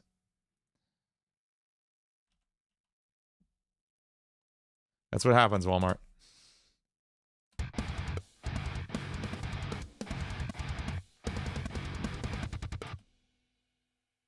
Yeah, exactly, Manny. It's such a good, like... It's such a good introduction to the world and vibe of D&D. Eternals... Yeah. Eternals could have been good if you made two changes. One, you remove the sentient deviant plotline because it literally does not add anything to the story. It only serves to confuse. And two, you cut the amount of characters in half because there are just so many. There's 10. Isn't there 10 main characters in that movie? Or something insane like that. And you just can't get acquainted with that many characters and care about any of them by the end of the movie.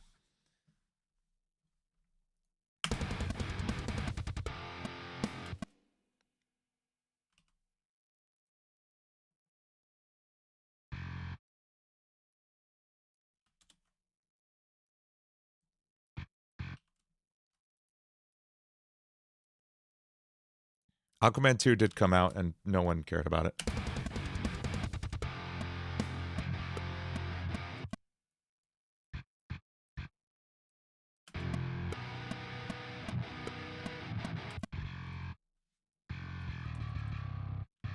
I haven't watched Nimona. I heard it's really good.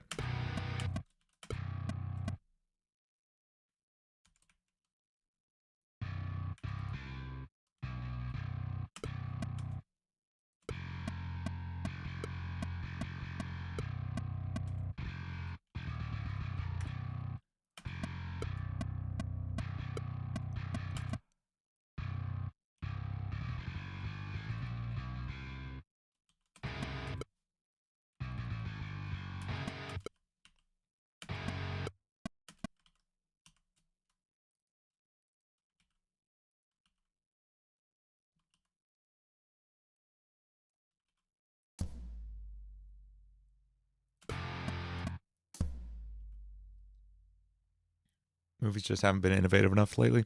I want to say Everything Everywhere All at Once is an incredible, incredible movie that is like nothing else ever. I know that was from 2 years ago, though. Yeah. And I would consider it a superhero movie.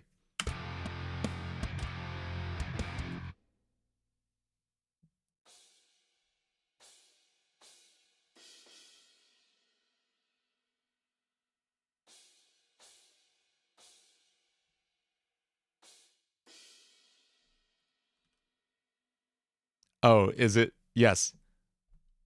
Yes, from the artist who created them, right?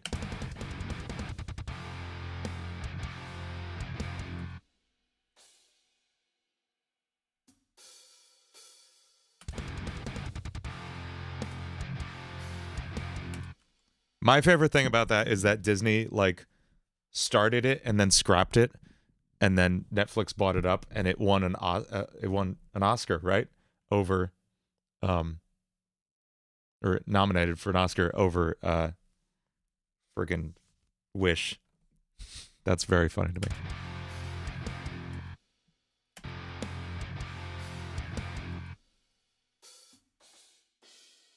Oh yeah, I gotta see Puss in Boots.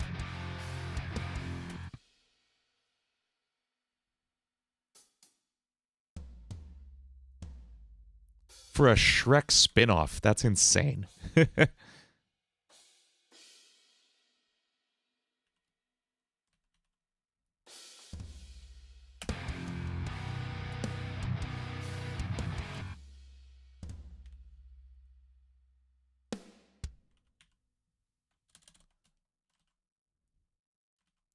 Was that Sony Animation? Oh, it's DreamWorks, right? Yeah, they know their stuff.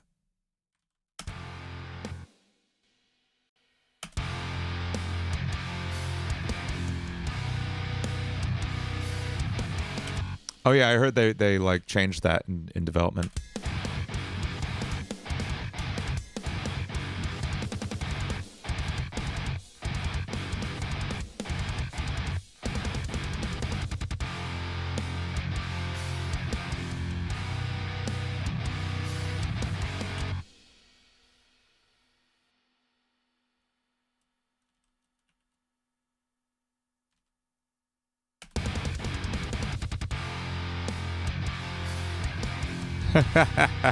Thank you, Power Fresh. I don't hear what you're talking about, but thank you.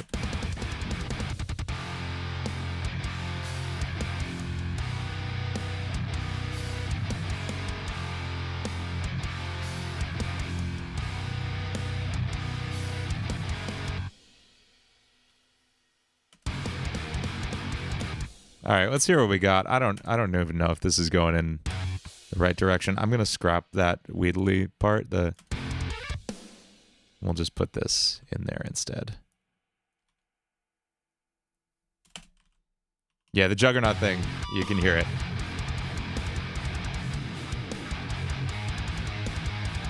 Let's go a little faster.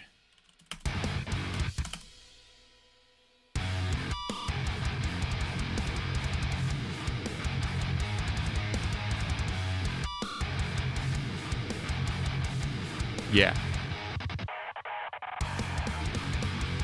But OTT is free.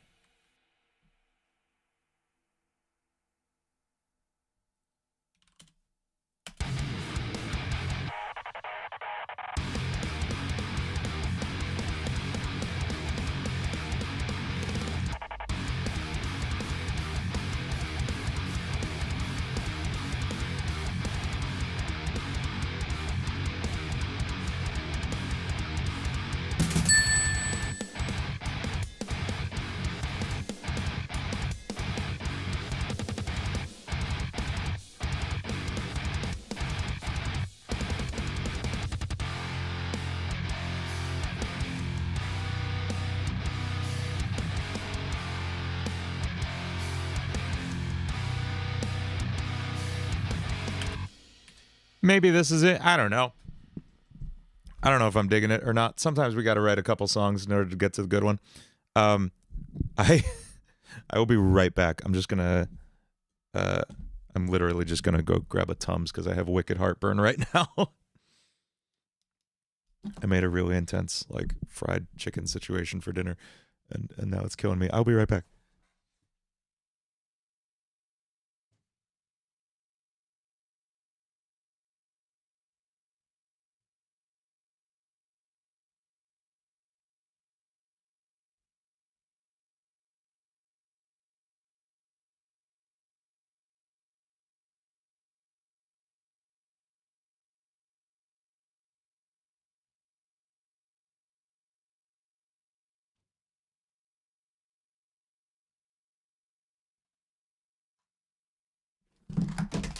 Oh, I dropped my headphones.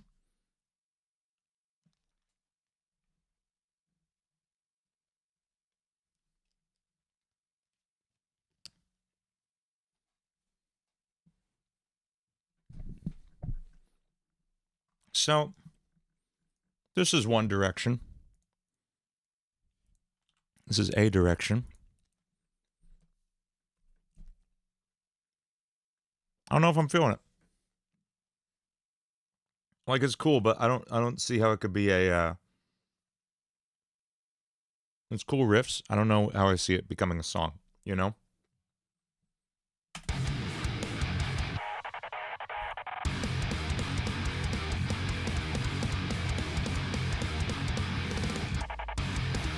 Exactly, Callie.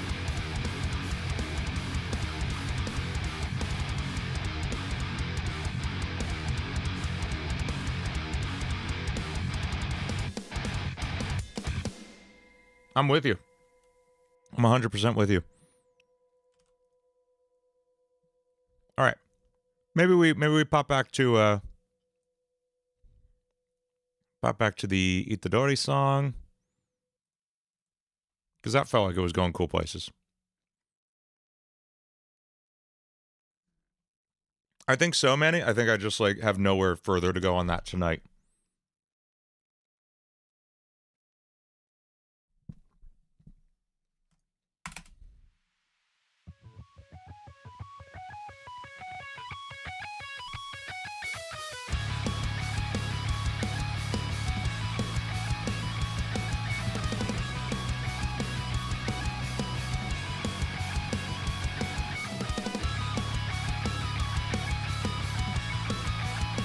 Exactly, Norb.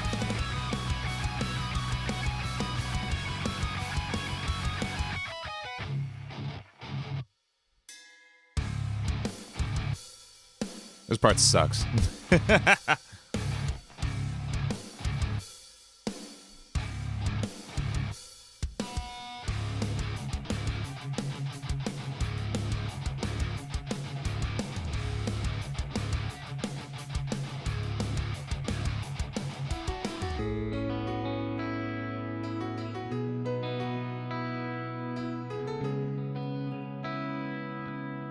This is the vocal melody on the piano.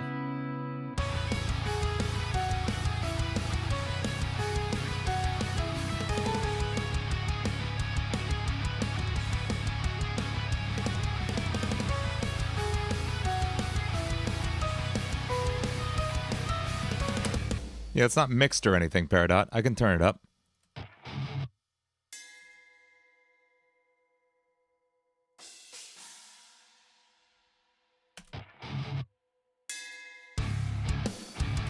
It's fine. There's other ones too.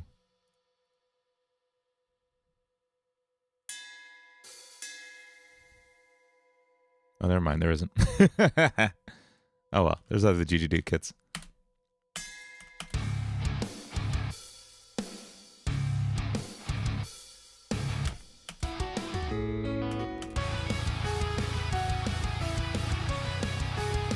I know, you just complain about the bell hit every time.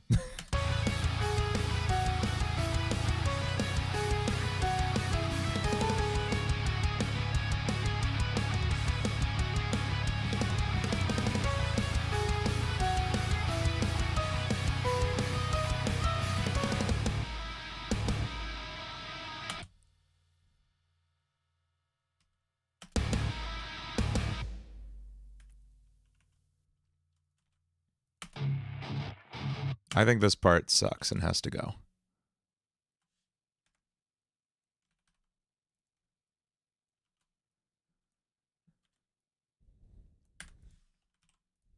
Yes, that was Means of Destruction.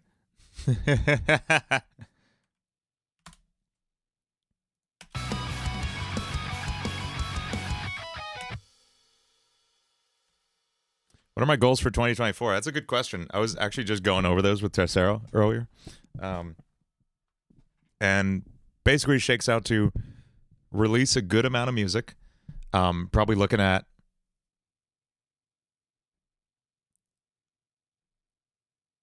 like 18 more Longest Solo Ever songs and LSC anime songs each. So like another 30 to 36 songs from me.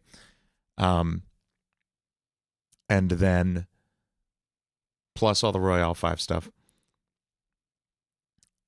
Also want to do concert live streams regularly. I'm like still prepping for that. And then I have some bigger goals. I have some cool guests I'd like to get on songs. I have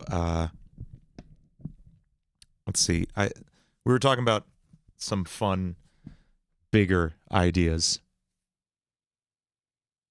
No, Manny, it's actually 15, 18. It's 2 songs every 3 weeks. Or less. And it might drop down from there. We'll see. I was aiming for a song every week earlier. And thankfully I'm not doing that. How many weeks we have left in the year?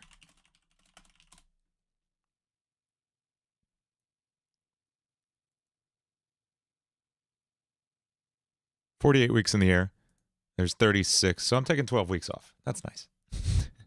Not off, but like, that's 12 weeks I could be releasing songs that I wouldn't be.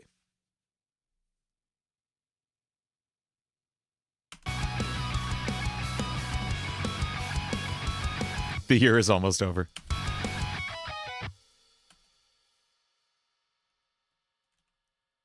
What if we did something a little dream theater-y?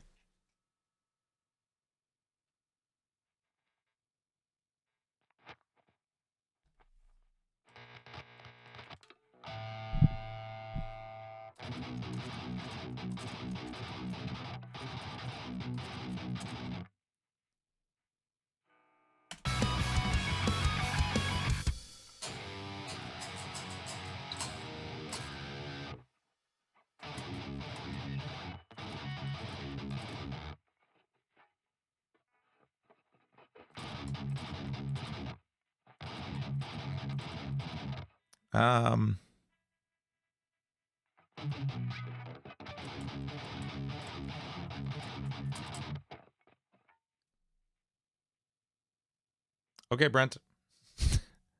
You're doing a great job of not chatting so far, Brent.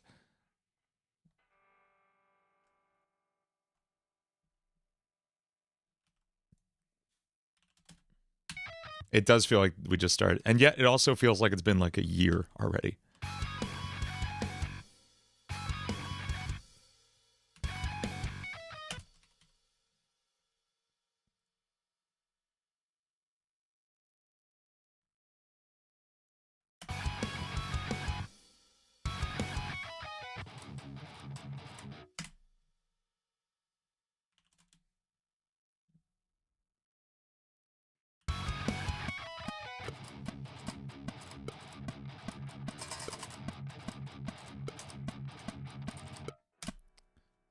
How long do we give ourselves here?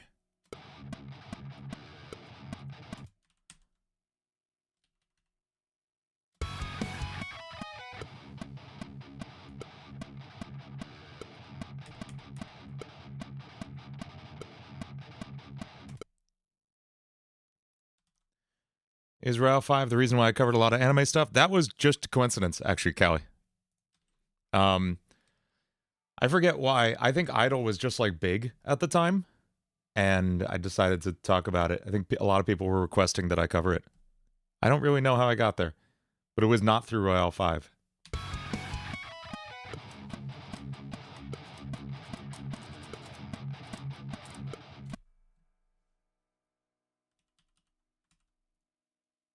Yeah, Kickback and Idol both went crazy.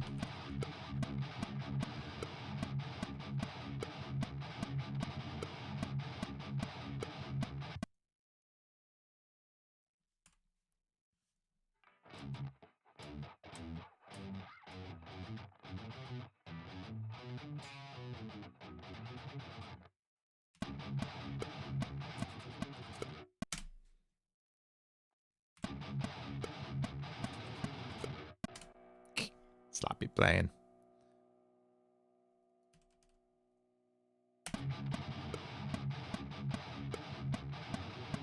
That sounds like a very specific thing, and that's really cool, Mammon. It sounds like a very niche audience that'll be into that, but it's really cool.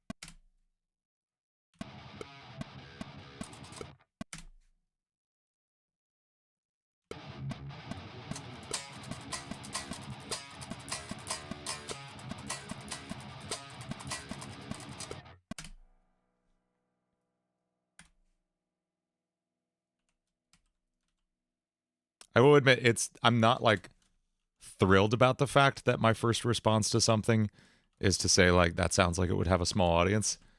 It's like it's such a YouTuber mindset that I am admittedly stuck in.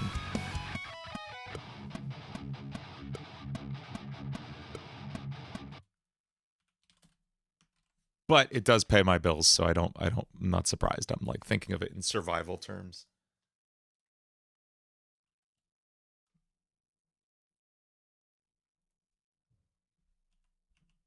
YouTube brain is a bit of a plague. Yeah, you're not wrong.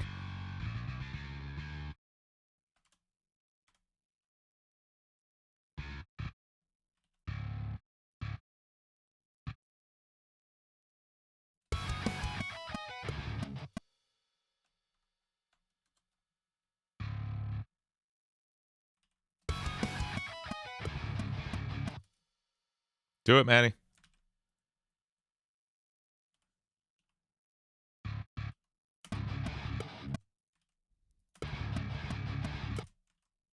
Go for it, Mammon.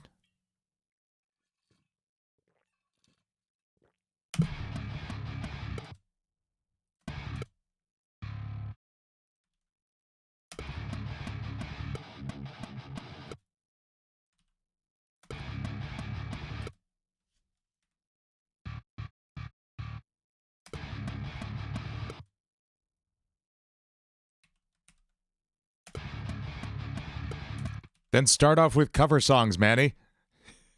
You gave yourself the answer there.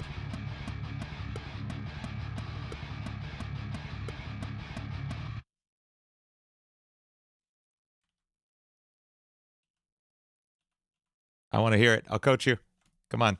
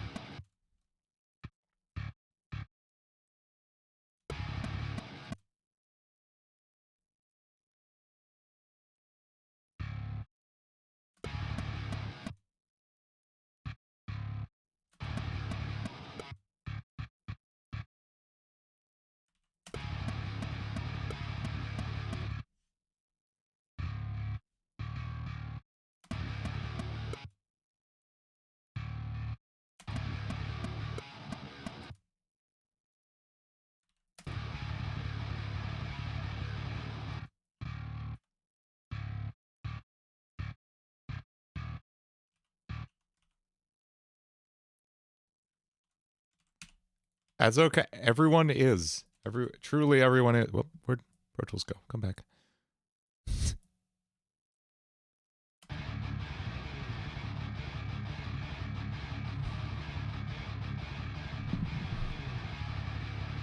Just record it for yourself at first. You don't have to show anybody. Just record it to yourself and listen back and do that a few times. Start there.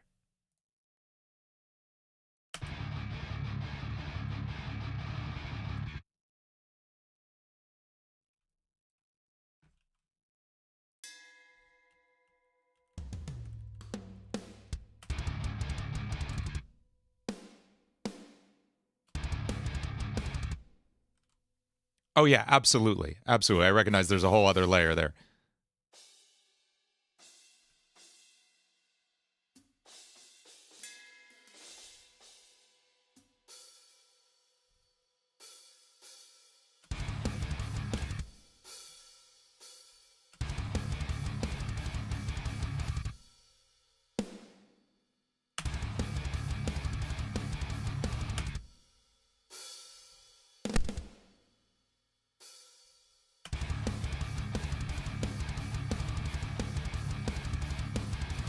Advanced self-consciousness.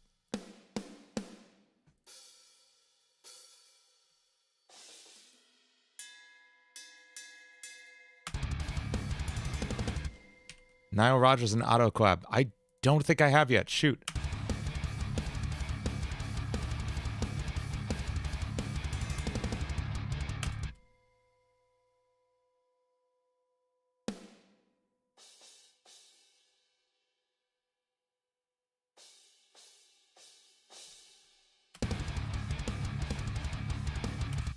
Cool. I can't play it during stream, but that's cool.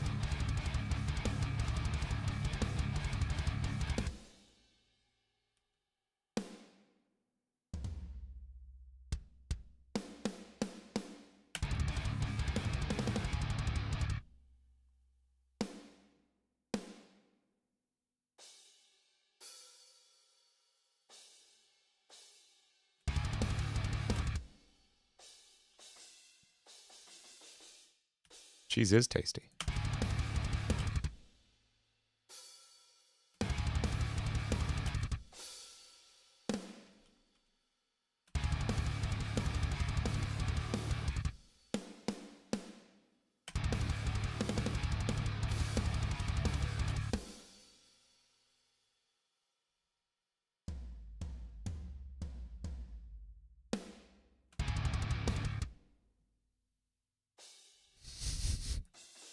Sounds very restful, Peridot.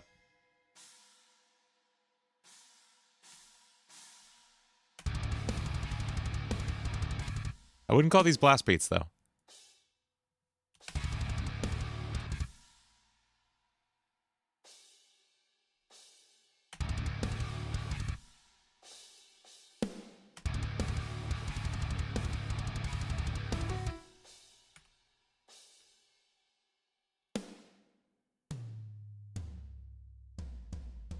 Yeah, blast beats are when you're hitting like kick, snare, and a crash or hi-hat all at the same time. That kind of thing. It'd be this.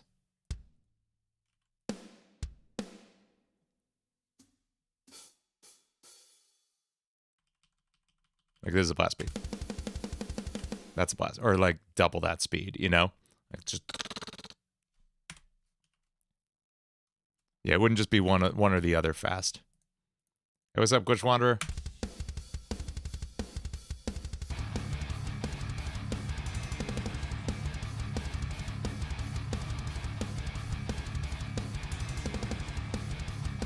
Oops, didn't mean to loop.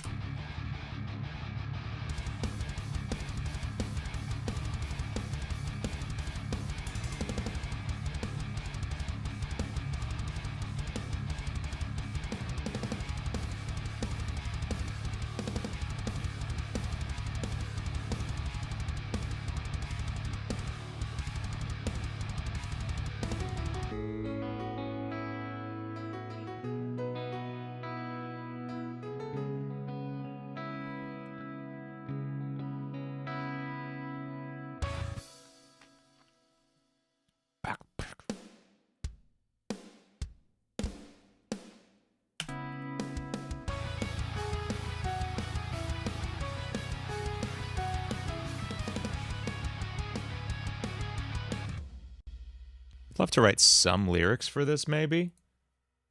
Like, just pulling up a new note here. Hang on.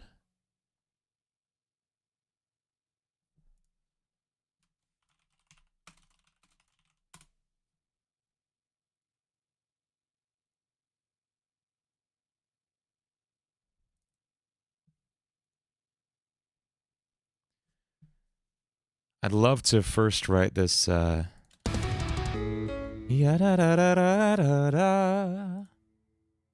I am. I don't know. I'm losing a little high end, but whatever. What do you mean how? It's cloth. It's not acoustic foam. Are you familiar with how sound passes through materials of various kinds?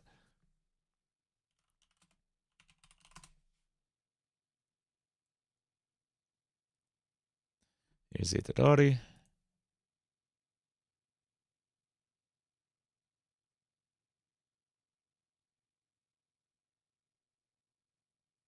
What's the overall theme of the Itadori song? Like, it's gonna be in general, like, his whole vibe is that he wants people to die a good death at the right time. He thinks people die too soon, especially when giant curse monsters kill them. That's not an ideal death. He wants to save people so that they can live out their lives and have a natural death. So it's going to be, in general, him trying to save people and him expressing that he wants to save people, which is very out of character for me as a as a lyricist.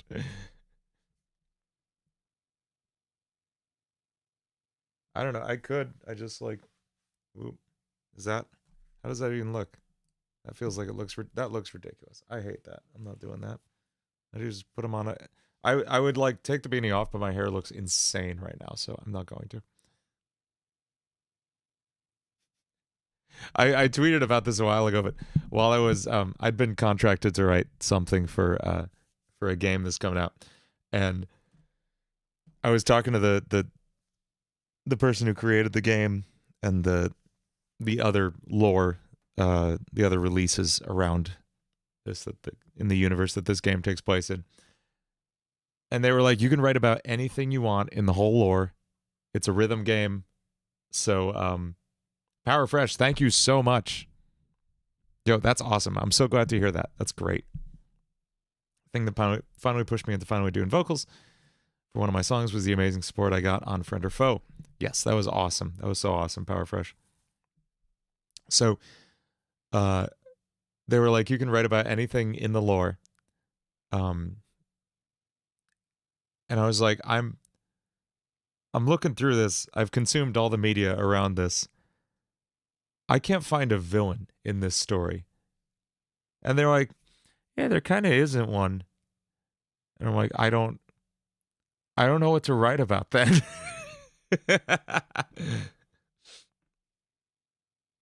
But we found one. We found a real obscure, like, character who is in one shot of one thing. They were like, you can write about him. I was like, cool. And I wrote and it's like one of my favorite songs I've ever written. It's really, really fun. So that'll be fun. It's not announced what it is yet or anything. There's a chance you could piece it together based on some media that has been on one of my channels. Because it technically has been vaguely announced there, but I won't go further than that. Still considering getting the Focusrite Scarlet 2i2 3rd Gen Studio Bundle for your birthday, but also considering getting the Hitmaker expansion. What is that?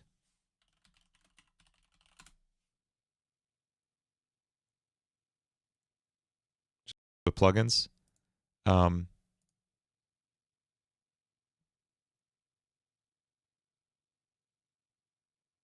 you need to buy it extra?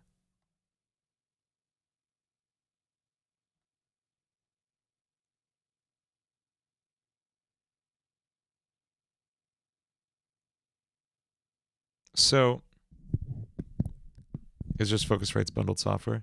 It comes with the Hitmaker expansion by default. Okay, yeah, cool. Well, there you go. You're good. It's just this. I was gonna say, because this came with my Focusrite, these EQs. Yeah, so you're good. Auto-tune access. It's like a lexicon reverb. Widen and doubler for vocals. That's fun. Marshall Amp Sim. I doubt this is better than the free one from Guitar Rig, but it's worth a try. Massive. Yo, this is classic. This is Serum before Serum. I'm not showing my screen, am I? Let's try that again. Auto-tune. Lexicon reverb. Doubler. Marshall Amp Sim. Again, I would just try Guitar Rig free. I bet it sounds better than this. Addictive Keys. That's cool. That's a good library. Massive is Serum before we had Serum. We used Massive. And Addictive Drums. Yeah, also solid. These are great. The red plugins are actually really awesome. BX console is also solid. I have no idea what this is. I kind of have no interest in messing with this AI mixing thing. I don't trust that necessarily. Lander, that's good. Yeah, it's cool. Can I play Trapped in the Circus? No, it's not my song. I don't know that.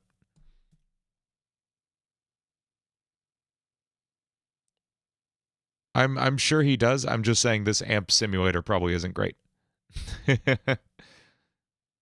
Like, I don't know. Oh, it's soft tube. Okay, it's actually probably okay then. Soft tube is great. Soft tube is good. Okay, bye, Christy. Did you come here just for that? Did you come here just to ask me to play someone else's song? Is that the vibe? That's wild.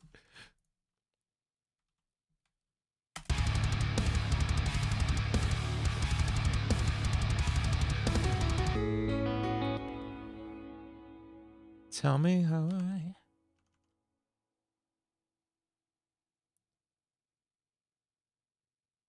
Tell me what I'm supposed to be.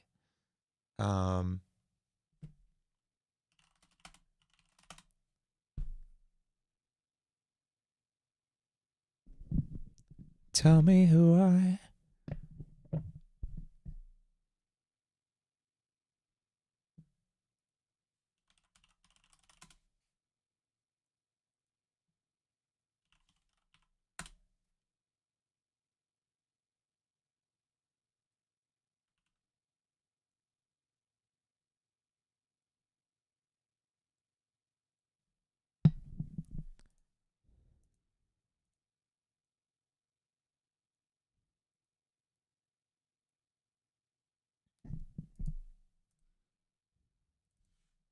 Tell me how to keep them safe.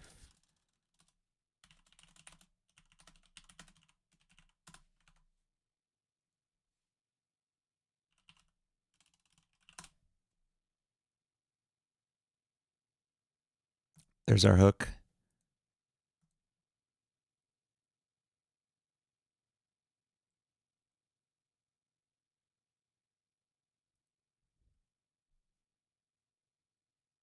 Hey, later glitched.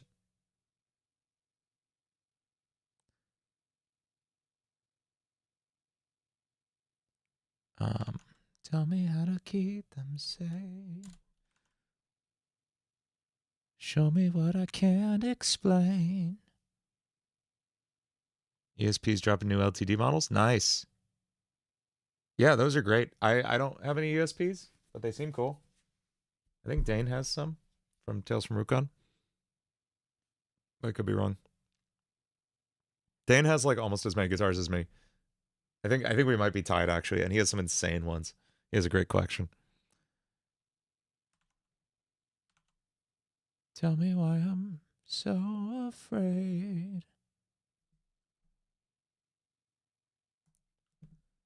Oh God, dude, I want. Okay, are there any out there?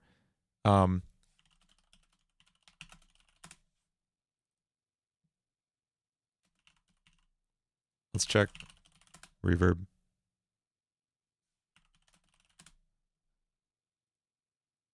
Nope.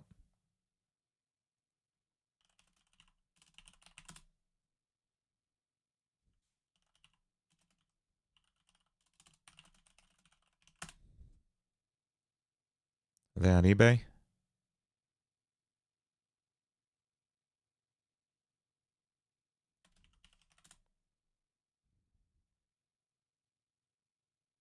No.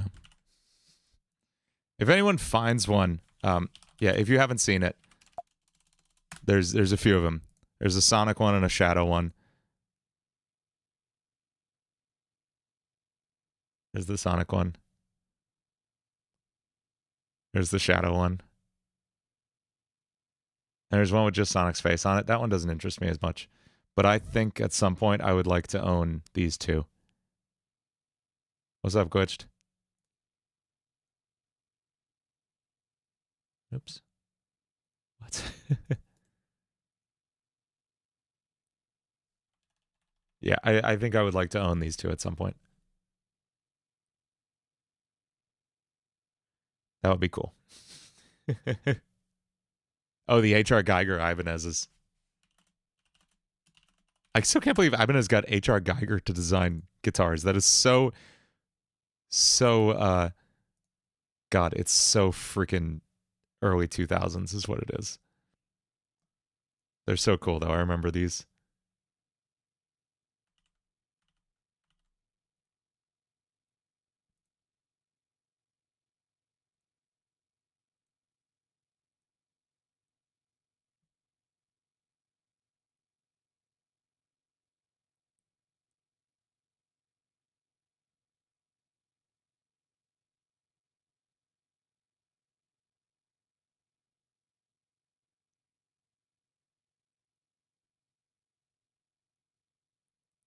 So this is that pre-chorus. Tell me how to keep them safe. So Glitched Wanderer, those came out like a while ago, and they're not super popular now, so unlikely. I'm sorry. Tell me how to keep them safe. Tell me why.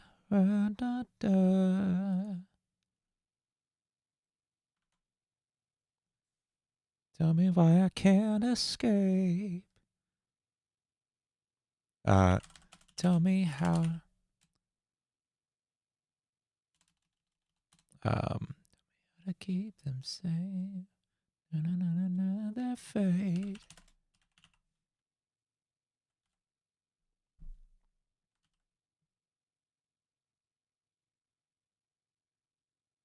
The reverse Dean guitar.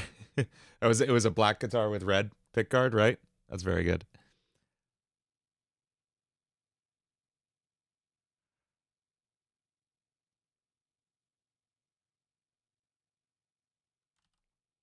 I liked Risk of Rain 1. I played it. It was great.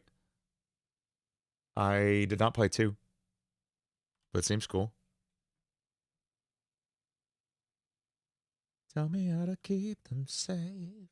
Tell me that I can protect their fate.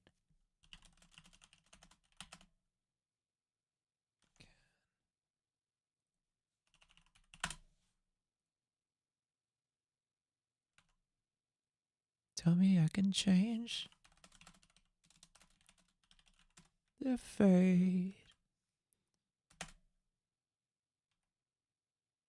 Again. I need another word there. Bye, Peridot. I remember liking the music. What animes am I watching at the moment? I just wrapped up Jujutsu Kaisen. I'm finishing up Bocchi the Rock, and then I'm going to start... I am going to watch Steins Gate, Tercero, and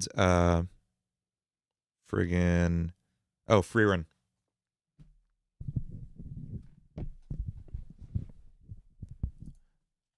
We'll go with Somehow for now. Okay, let's track some terrible vocals.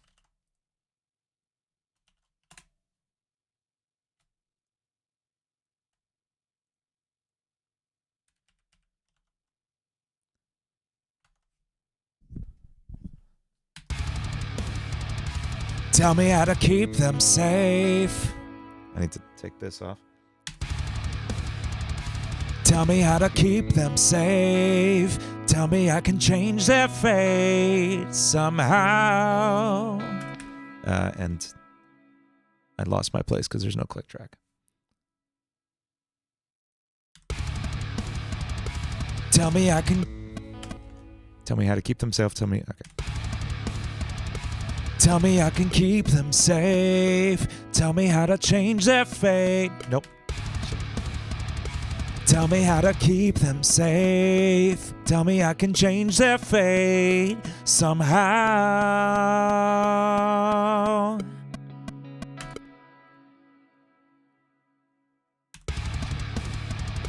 Tell me how to keep them safe. Tell me I can change their fate somehow.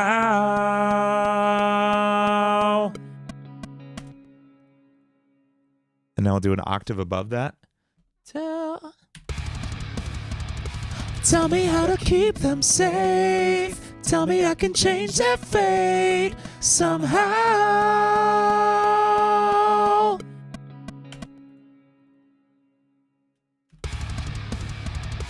Tell me how to keep them safe. Tell me I can change their fate somehow.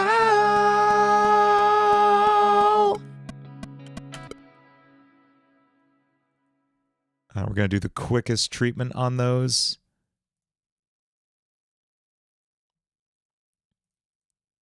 That is timing. And then we'll do a dead simple Melodyne tune.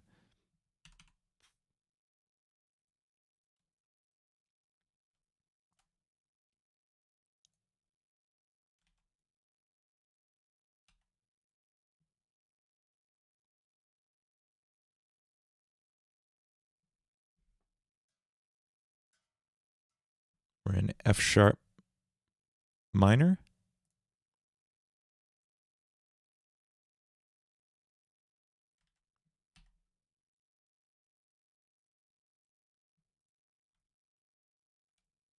Oh no, BC, I'm sorry.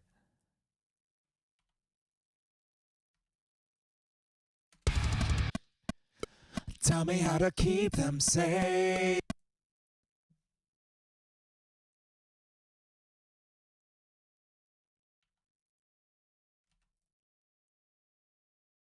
Shit.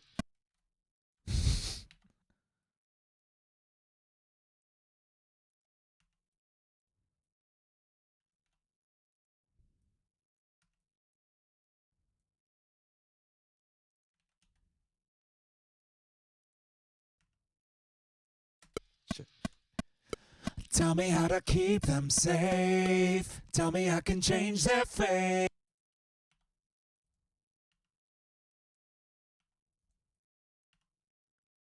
No, that was autotune, and it's part of the reason I switched from autotune is because it abruptly went very not colorblind friendly.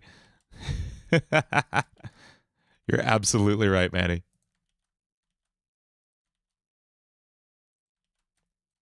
It is part of the reason I switched, and the other part of the reason is it sounds so much better. Tell me how to keep them safe. Tell me I can change.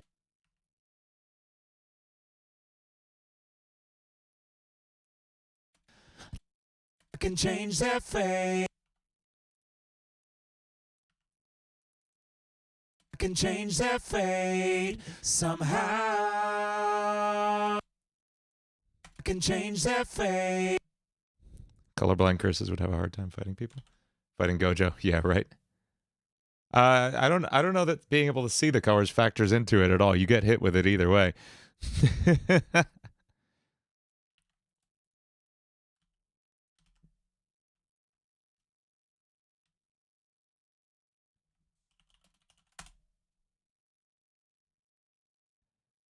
Honestly, I think they've been losing it to Melodyne for a while.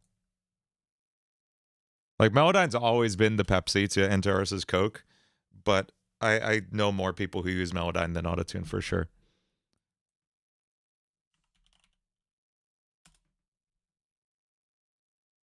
Tell me how to keep them safe. Tell me I can change their fate. Tell me how to keep them safe. Tell me I can change their fate somehow. Yeah, Autotune is a specific brand. It's like it's a jacuzzi situation. Whirlpool, Kleenex, you know. It's a noun, it's a brand that became a noun term for things. And Photoshop. I mean, a Photoshop was a thing. And now it's a software.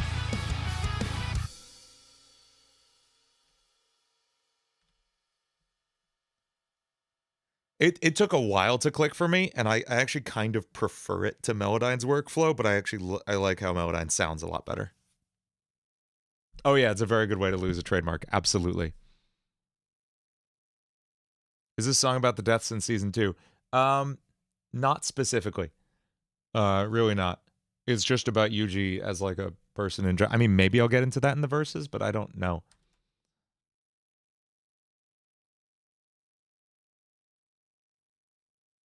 Is Mahito going to be in the song? It's just Yuji. Mahito might show up in the Nobara song for obvious reasons, but we'll see. Tell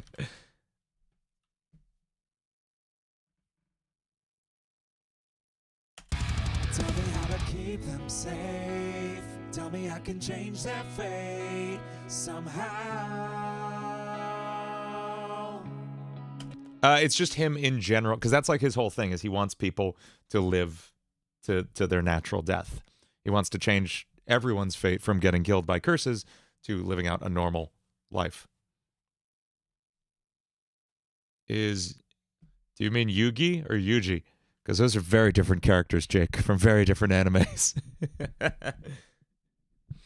Yuji Itadori is naturally just absurdly strong. Like he just yeets a shot put like world record amounts offhand in the beginning before he gets his powers. He is hilariously strong. Yugi Moto is not very strong, but he has his grandpa's cards, so that's nice.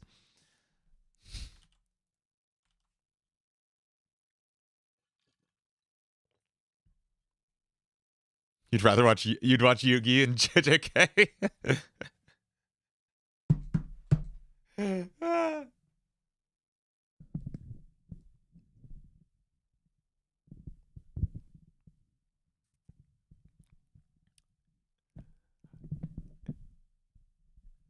I'm trying to think of dialogue. You just have Sukuna being like, "Do you realize you're facing the king of curses?"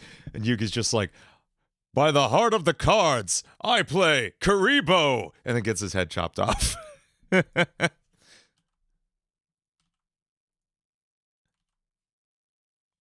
That's how that would shake out.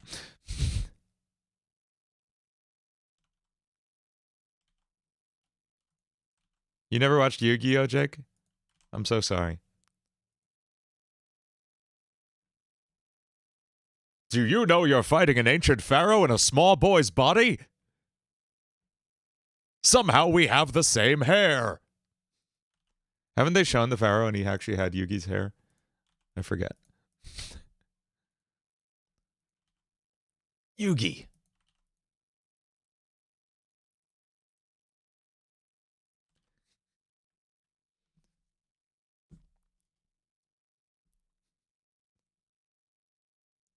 Yugi, he's using domain expansion. You're totally screwed. You're going to die.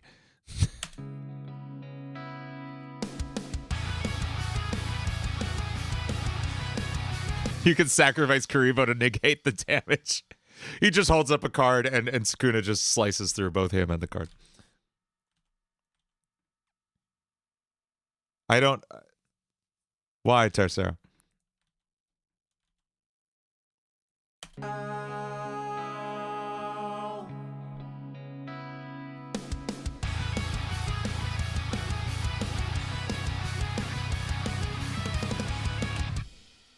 I've come to see a monkey.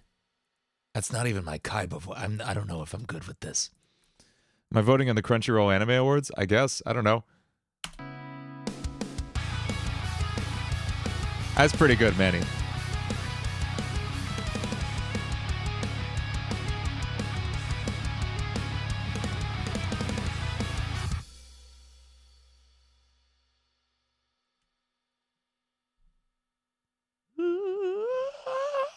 Do I have that note? Oh, yeah! Yes, I do. Okay.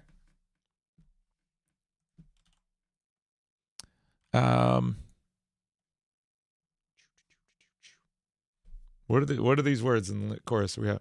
Ba ba ba ba ba ba ba ba ba.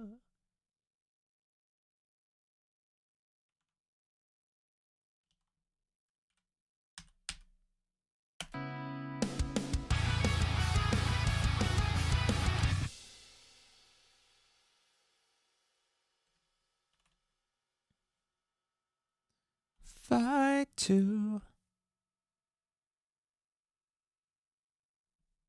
fighting to preserve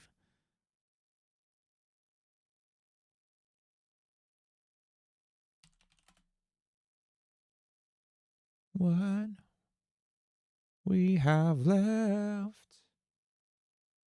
Maybe. Mm-hmm.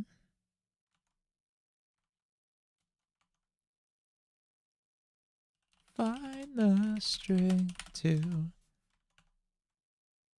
What rhymes with left? Maybe do something about Yuji saving people equally, even if they're big, bad, idiot stupids. I love your way with words, Walmart. Big, bad, idiot, stupids. Good, we're going to use that. I'm sorry.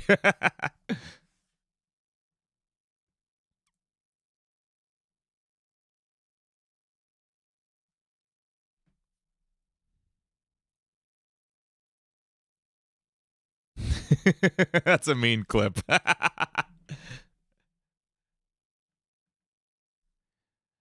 When I actually record the vocals, why do I mute the piano line that has the melody? I don't know, because I know the melody. And it would honestly mess with me. Like, it wouldn't help. It's there for me to write on, but it wouldn't help necessarily.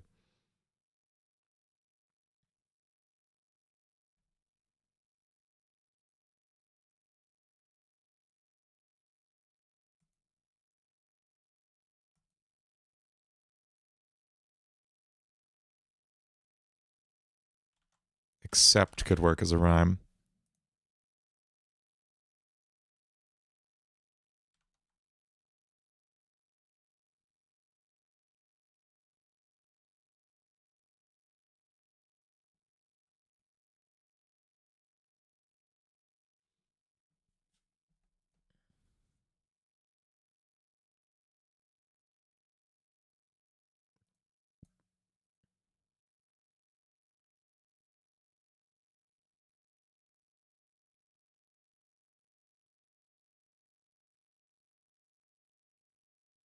I don't know. Those lyrics sound fine, Jake.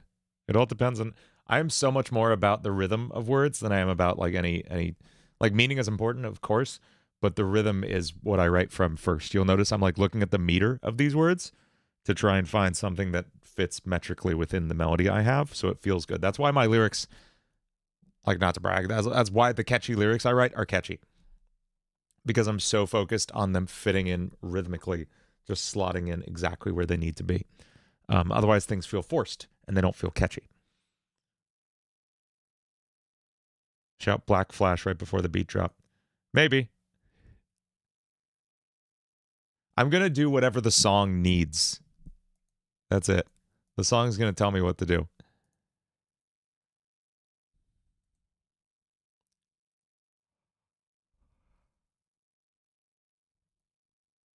I still think accept is the word. My lyrics work minus the parts where you run out of breath. Me too, game sequence. Me too. It's bad. It's real bad. I did not think about breathing when I wrote any of these. That's not a thing. Cycle singing isn't a thing, game sequence. You can do it on wind instruments. You cannot do it with singing.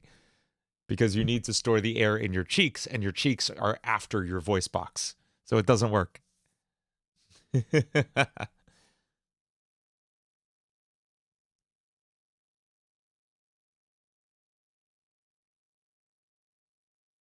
Yeah, exactly. Like people have tried to tell me what to do on Friday Night Funkin' songs, and just like, I am not in charge. I am not. I go where the song needs to go, and that's it. Fighting to preserve what we have left. Find the strength to inside to.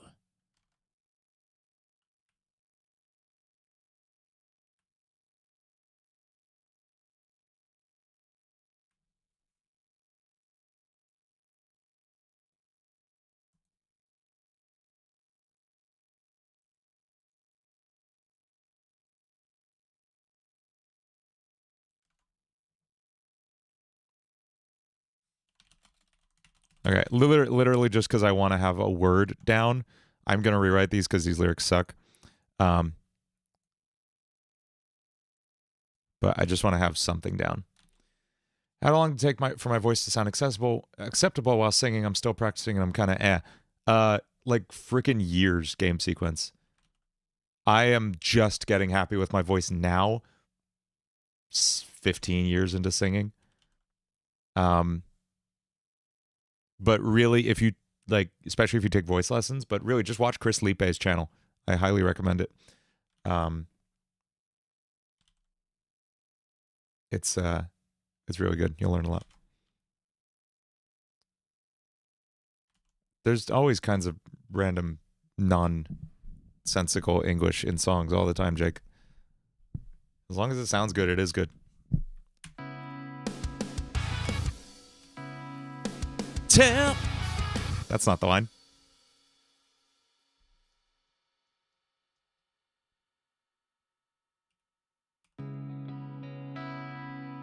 Fighting to preserve what we have left.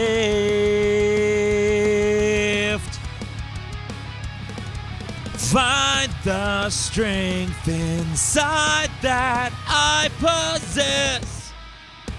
That line sucks so much. I just want something down so I can hear the melody.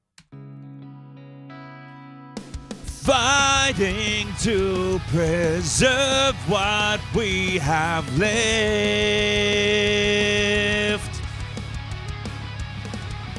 Find the strength inside that I possess.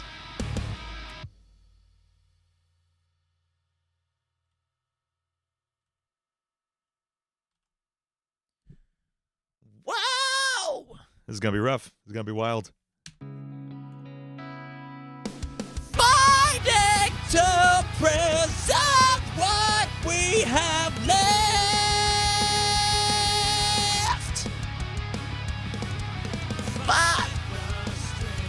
Nope, I don't have it a second time.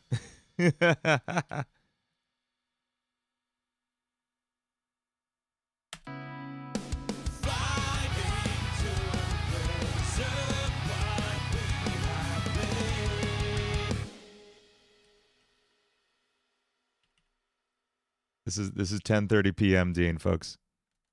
This is what you get.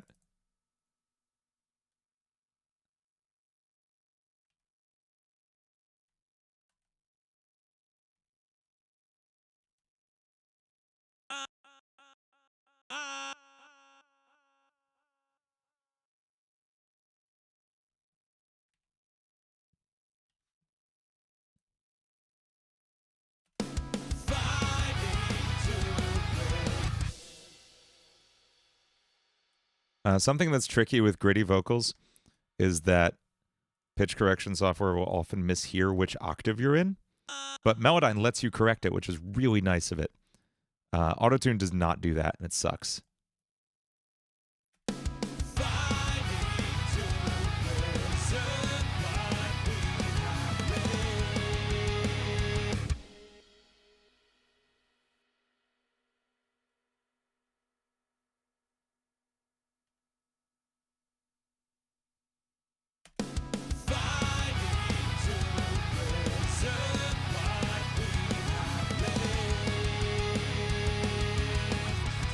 What's up, Manny? Particularly for emotional songs, have I considered leaving some of the rougher takes in to really help drive the emotion it's pushing? Yeah, I mean, like for here's the secret, Manny. They're all rough. But I mean, like you listen to What Remains of Me, and like there are some really grimy takes in there. I don't have that on this computer, I don't think. I think that was on the old computer. But it's really like, if you listen in the background of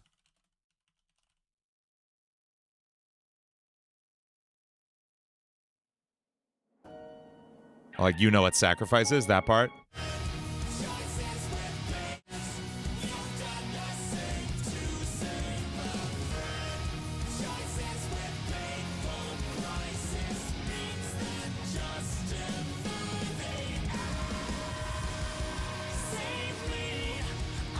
That's definitely like way edge of my range, breaking out. But it's fun. 137,000 plays on that. That's awesome. I didn't realize that. I don't keep up with the numbers on these, folks. I have no idea how many. 500,000 on show. Million on no exit. Love it. Overthrone's at 500,000. Intruder's over 1 million. I don't think I realized that. That's fun. Oh, monthly listeners you're talking about? Yeah, we're at 172,000 monthly listeners. That's great. I got to change this. No More came out like a year ago. Anyway, that's fun. Is there any fun stuff I can leak? No. Oh, I'm going to drop this second leak. I genuinely can't leak most of the things in my listening folder right now, which is a bummer. But I can. This one.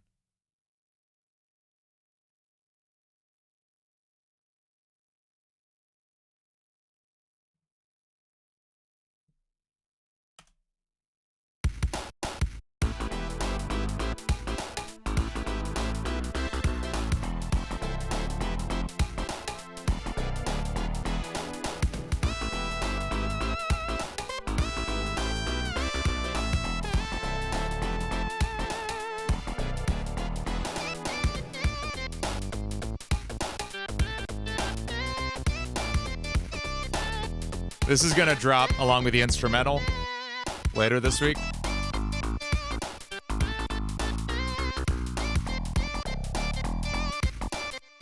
I love this part. So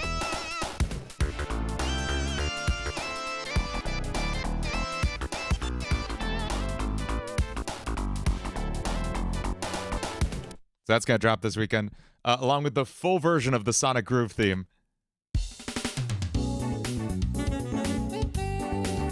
Yeah, it'll be on 8-Bit Solo.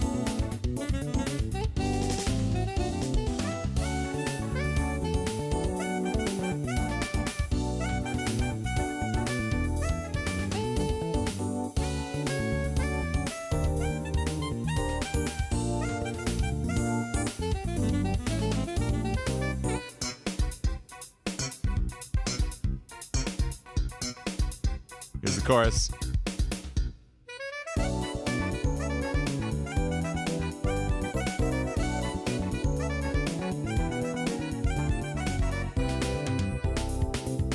That loops. I had fun with that. And then the instrumental only version of Are You Listening? So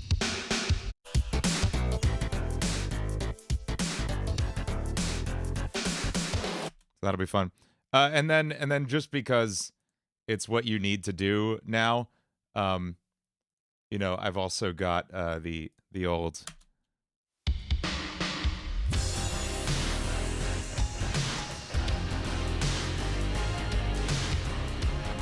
Yes, absolutely, Manny. And yeah,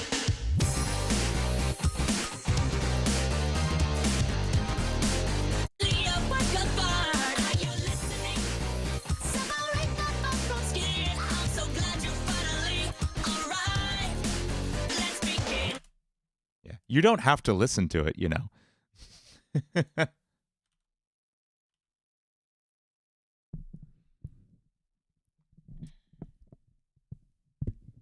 Yeah, the slowed one definitely gives like some 80s like Depeche Mode stuff, and I'm into that. I'm kind of super into that. Like I want to hear the chorus in that one. I haven't actually listened through these yet.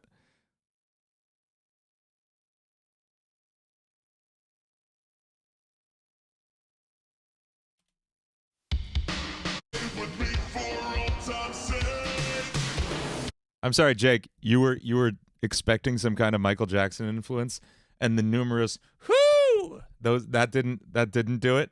And the, come on now, or what was that? I don't know. That like that's all drowning in Michael Jackson. What are you talking about?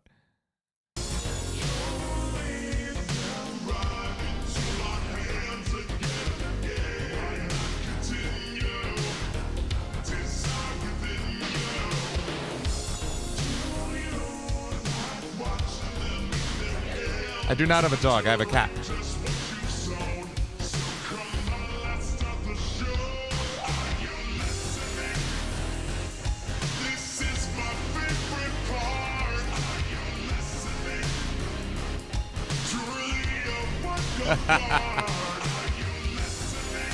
This is the sad 80s, 90s synth pop song plays in a movie when a character's just gotten shot or something. There you go, Manny. That's awesome. That is it. Yeah, so that's gonna drop. It'll be the instrumental, the acapella, the sped up version, the slowed down version, the 8-bit remix, and the full version of the Sonic Groove theme. So it'll be 6 tracks, along with the original. So it'll be 7 tracks on a single. Ollie hates music so much. My cat, he hates music more than anything in this world, and will sprint out of the room the second I even touch a guitar. So if he's really getting on my nerves, if he's like scratching the wall and just going completely insane like he sometimes does, I will literally just touch a guitar and he goes and sprints out of the room. He hates guitars so much. Anyway, this was a lot of fun. Thank you all so much for hanging out. I'm going to go to sleep now because I have to wake up in the morning crazy early to do a bunch of stuff. But thank you all so much for hanging out with me. Thank you especially to anyone who super chatted. You all rock. Have a wonderful evening, and we'll see where these songs go. I'm going to sit with that Sukuna song for a bit and see if I can rescue any of that. Anyway, thanks for hanging out. Have a wonderful evening, and I'll see you next time. Bye-bye.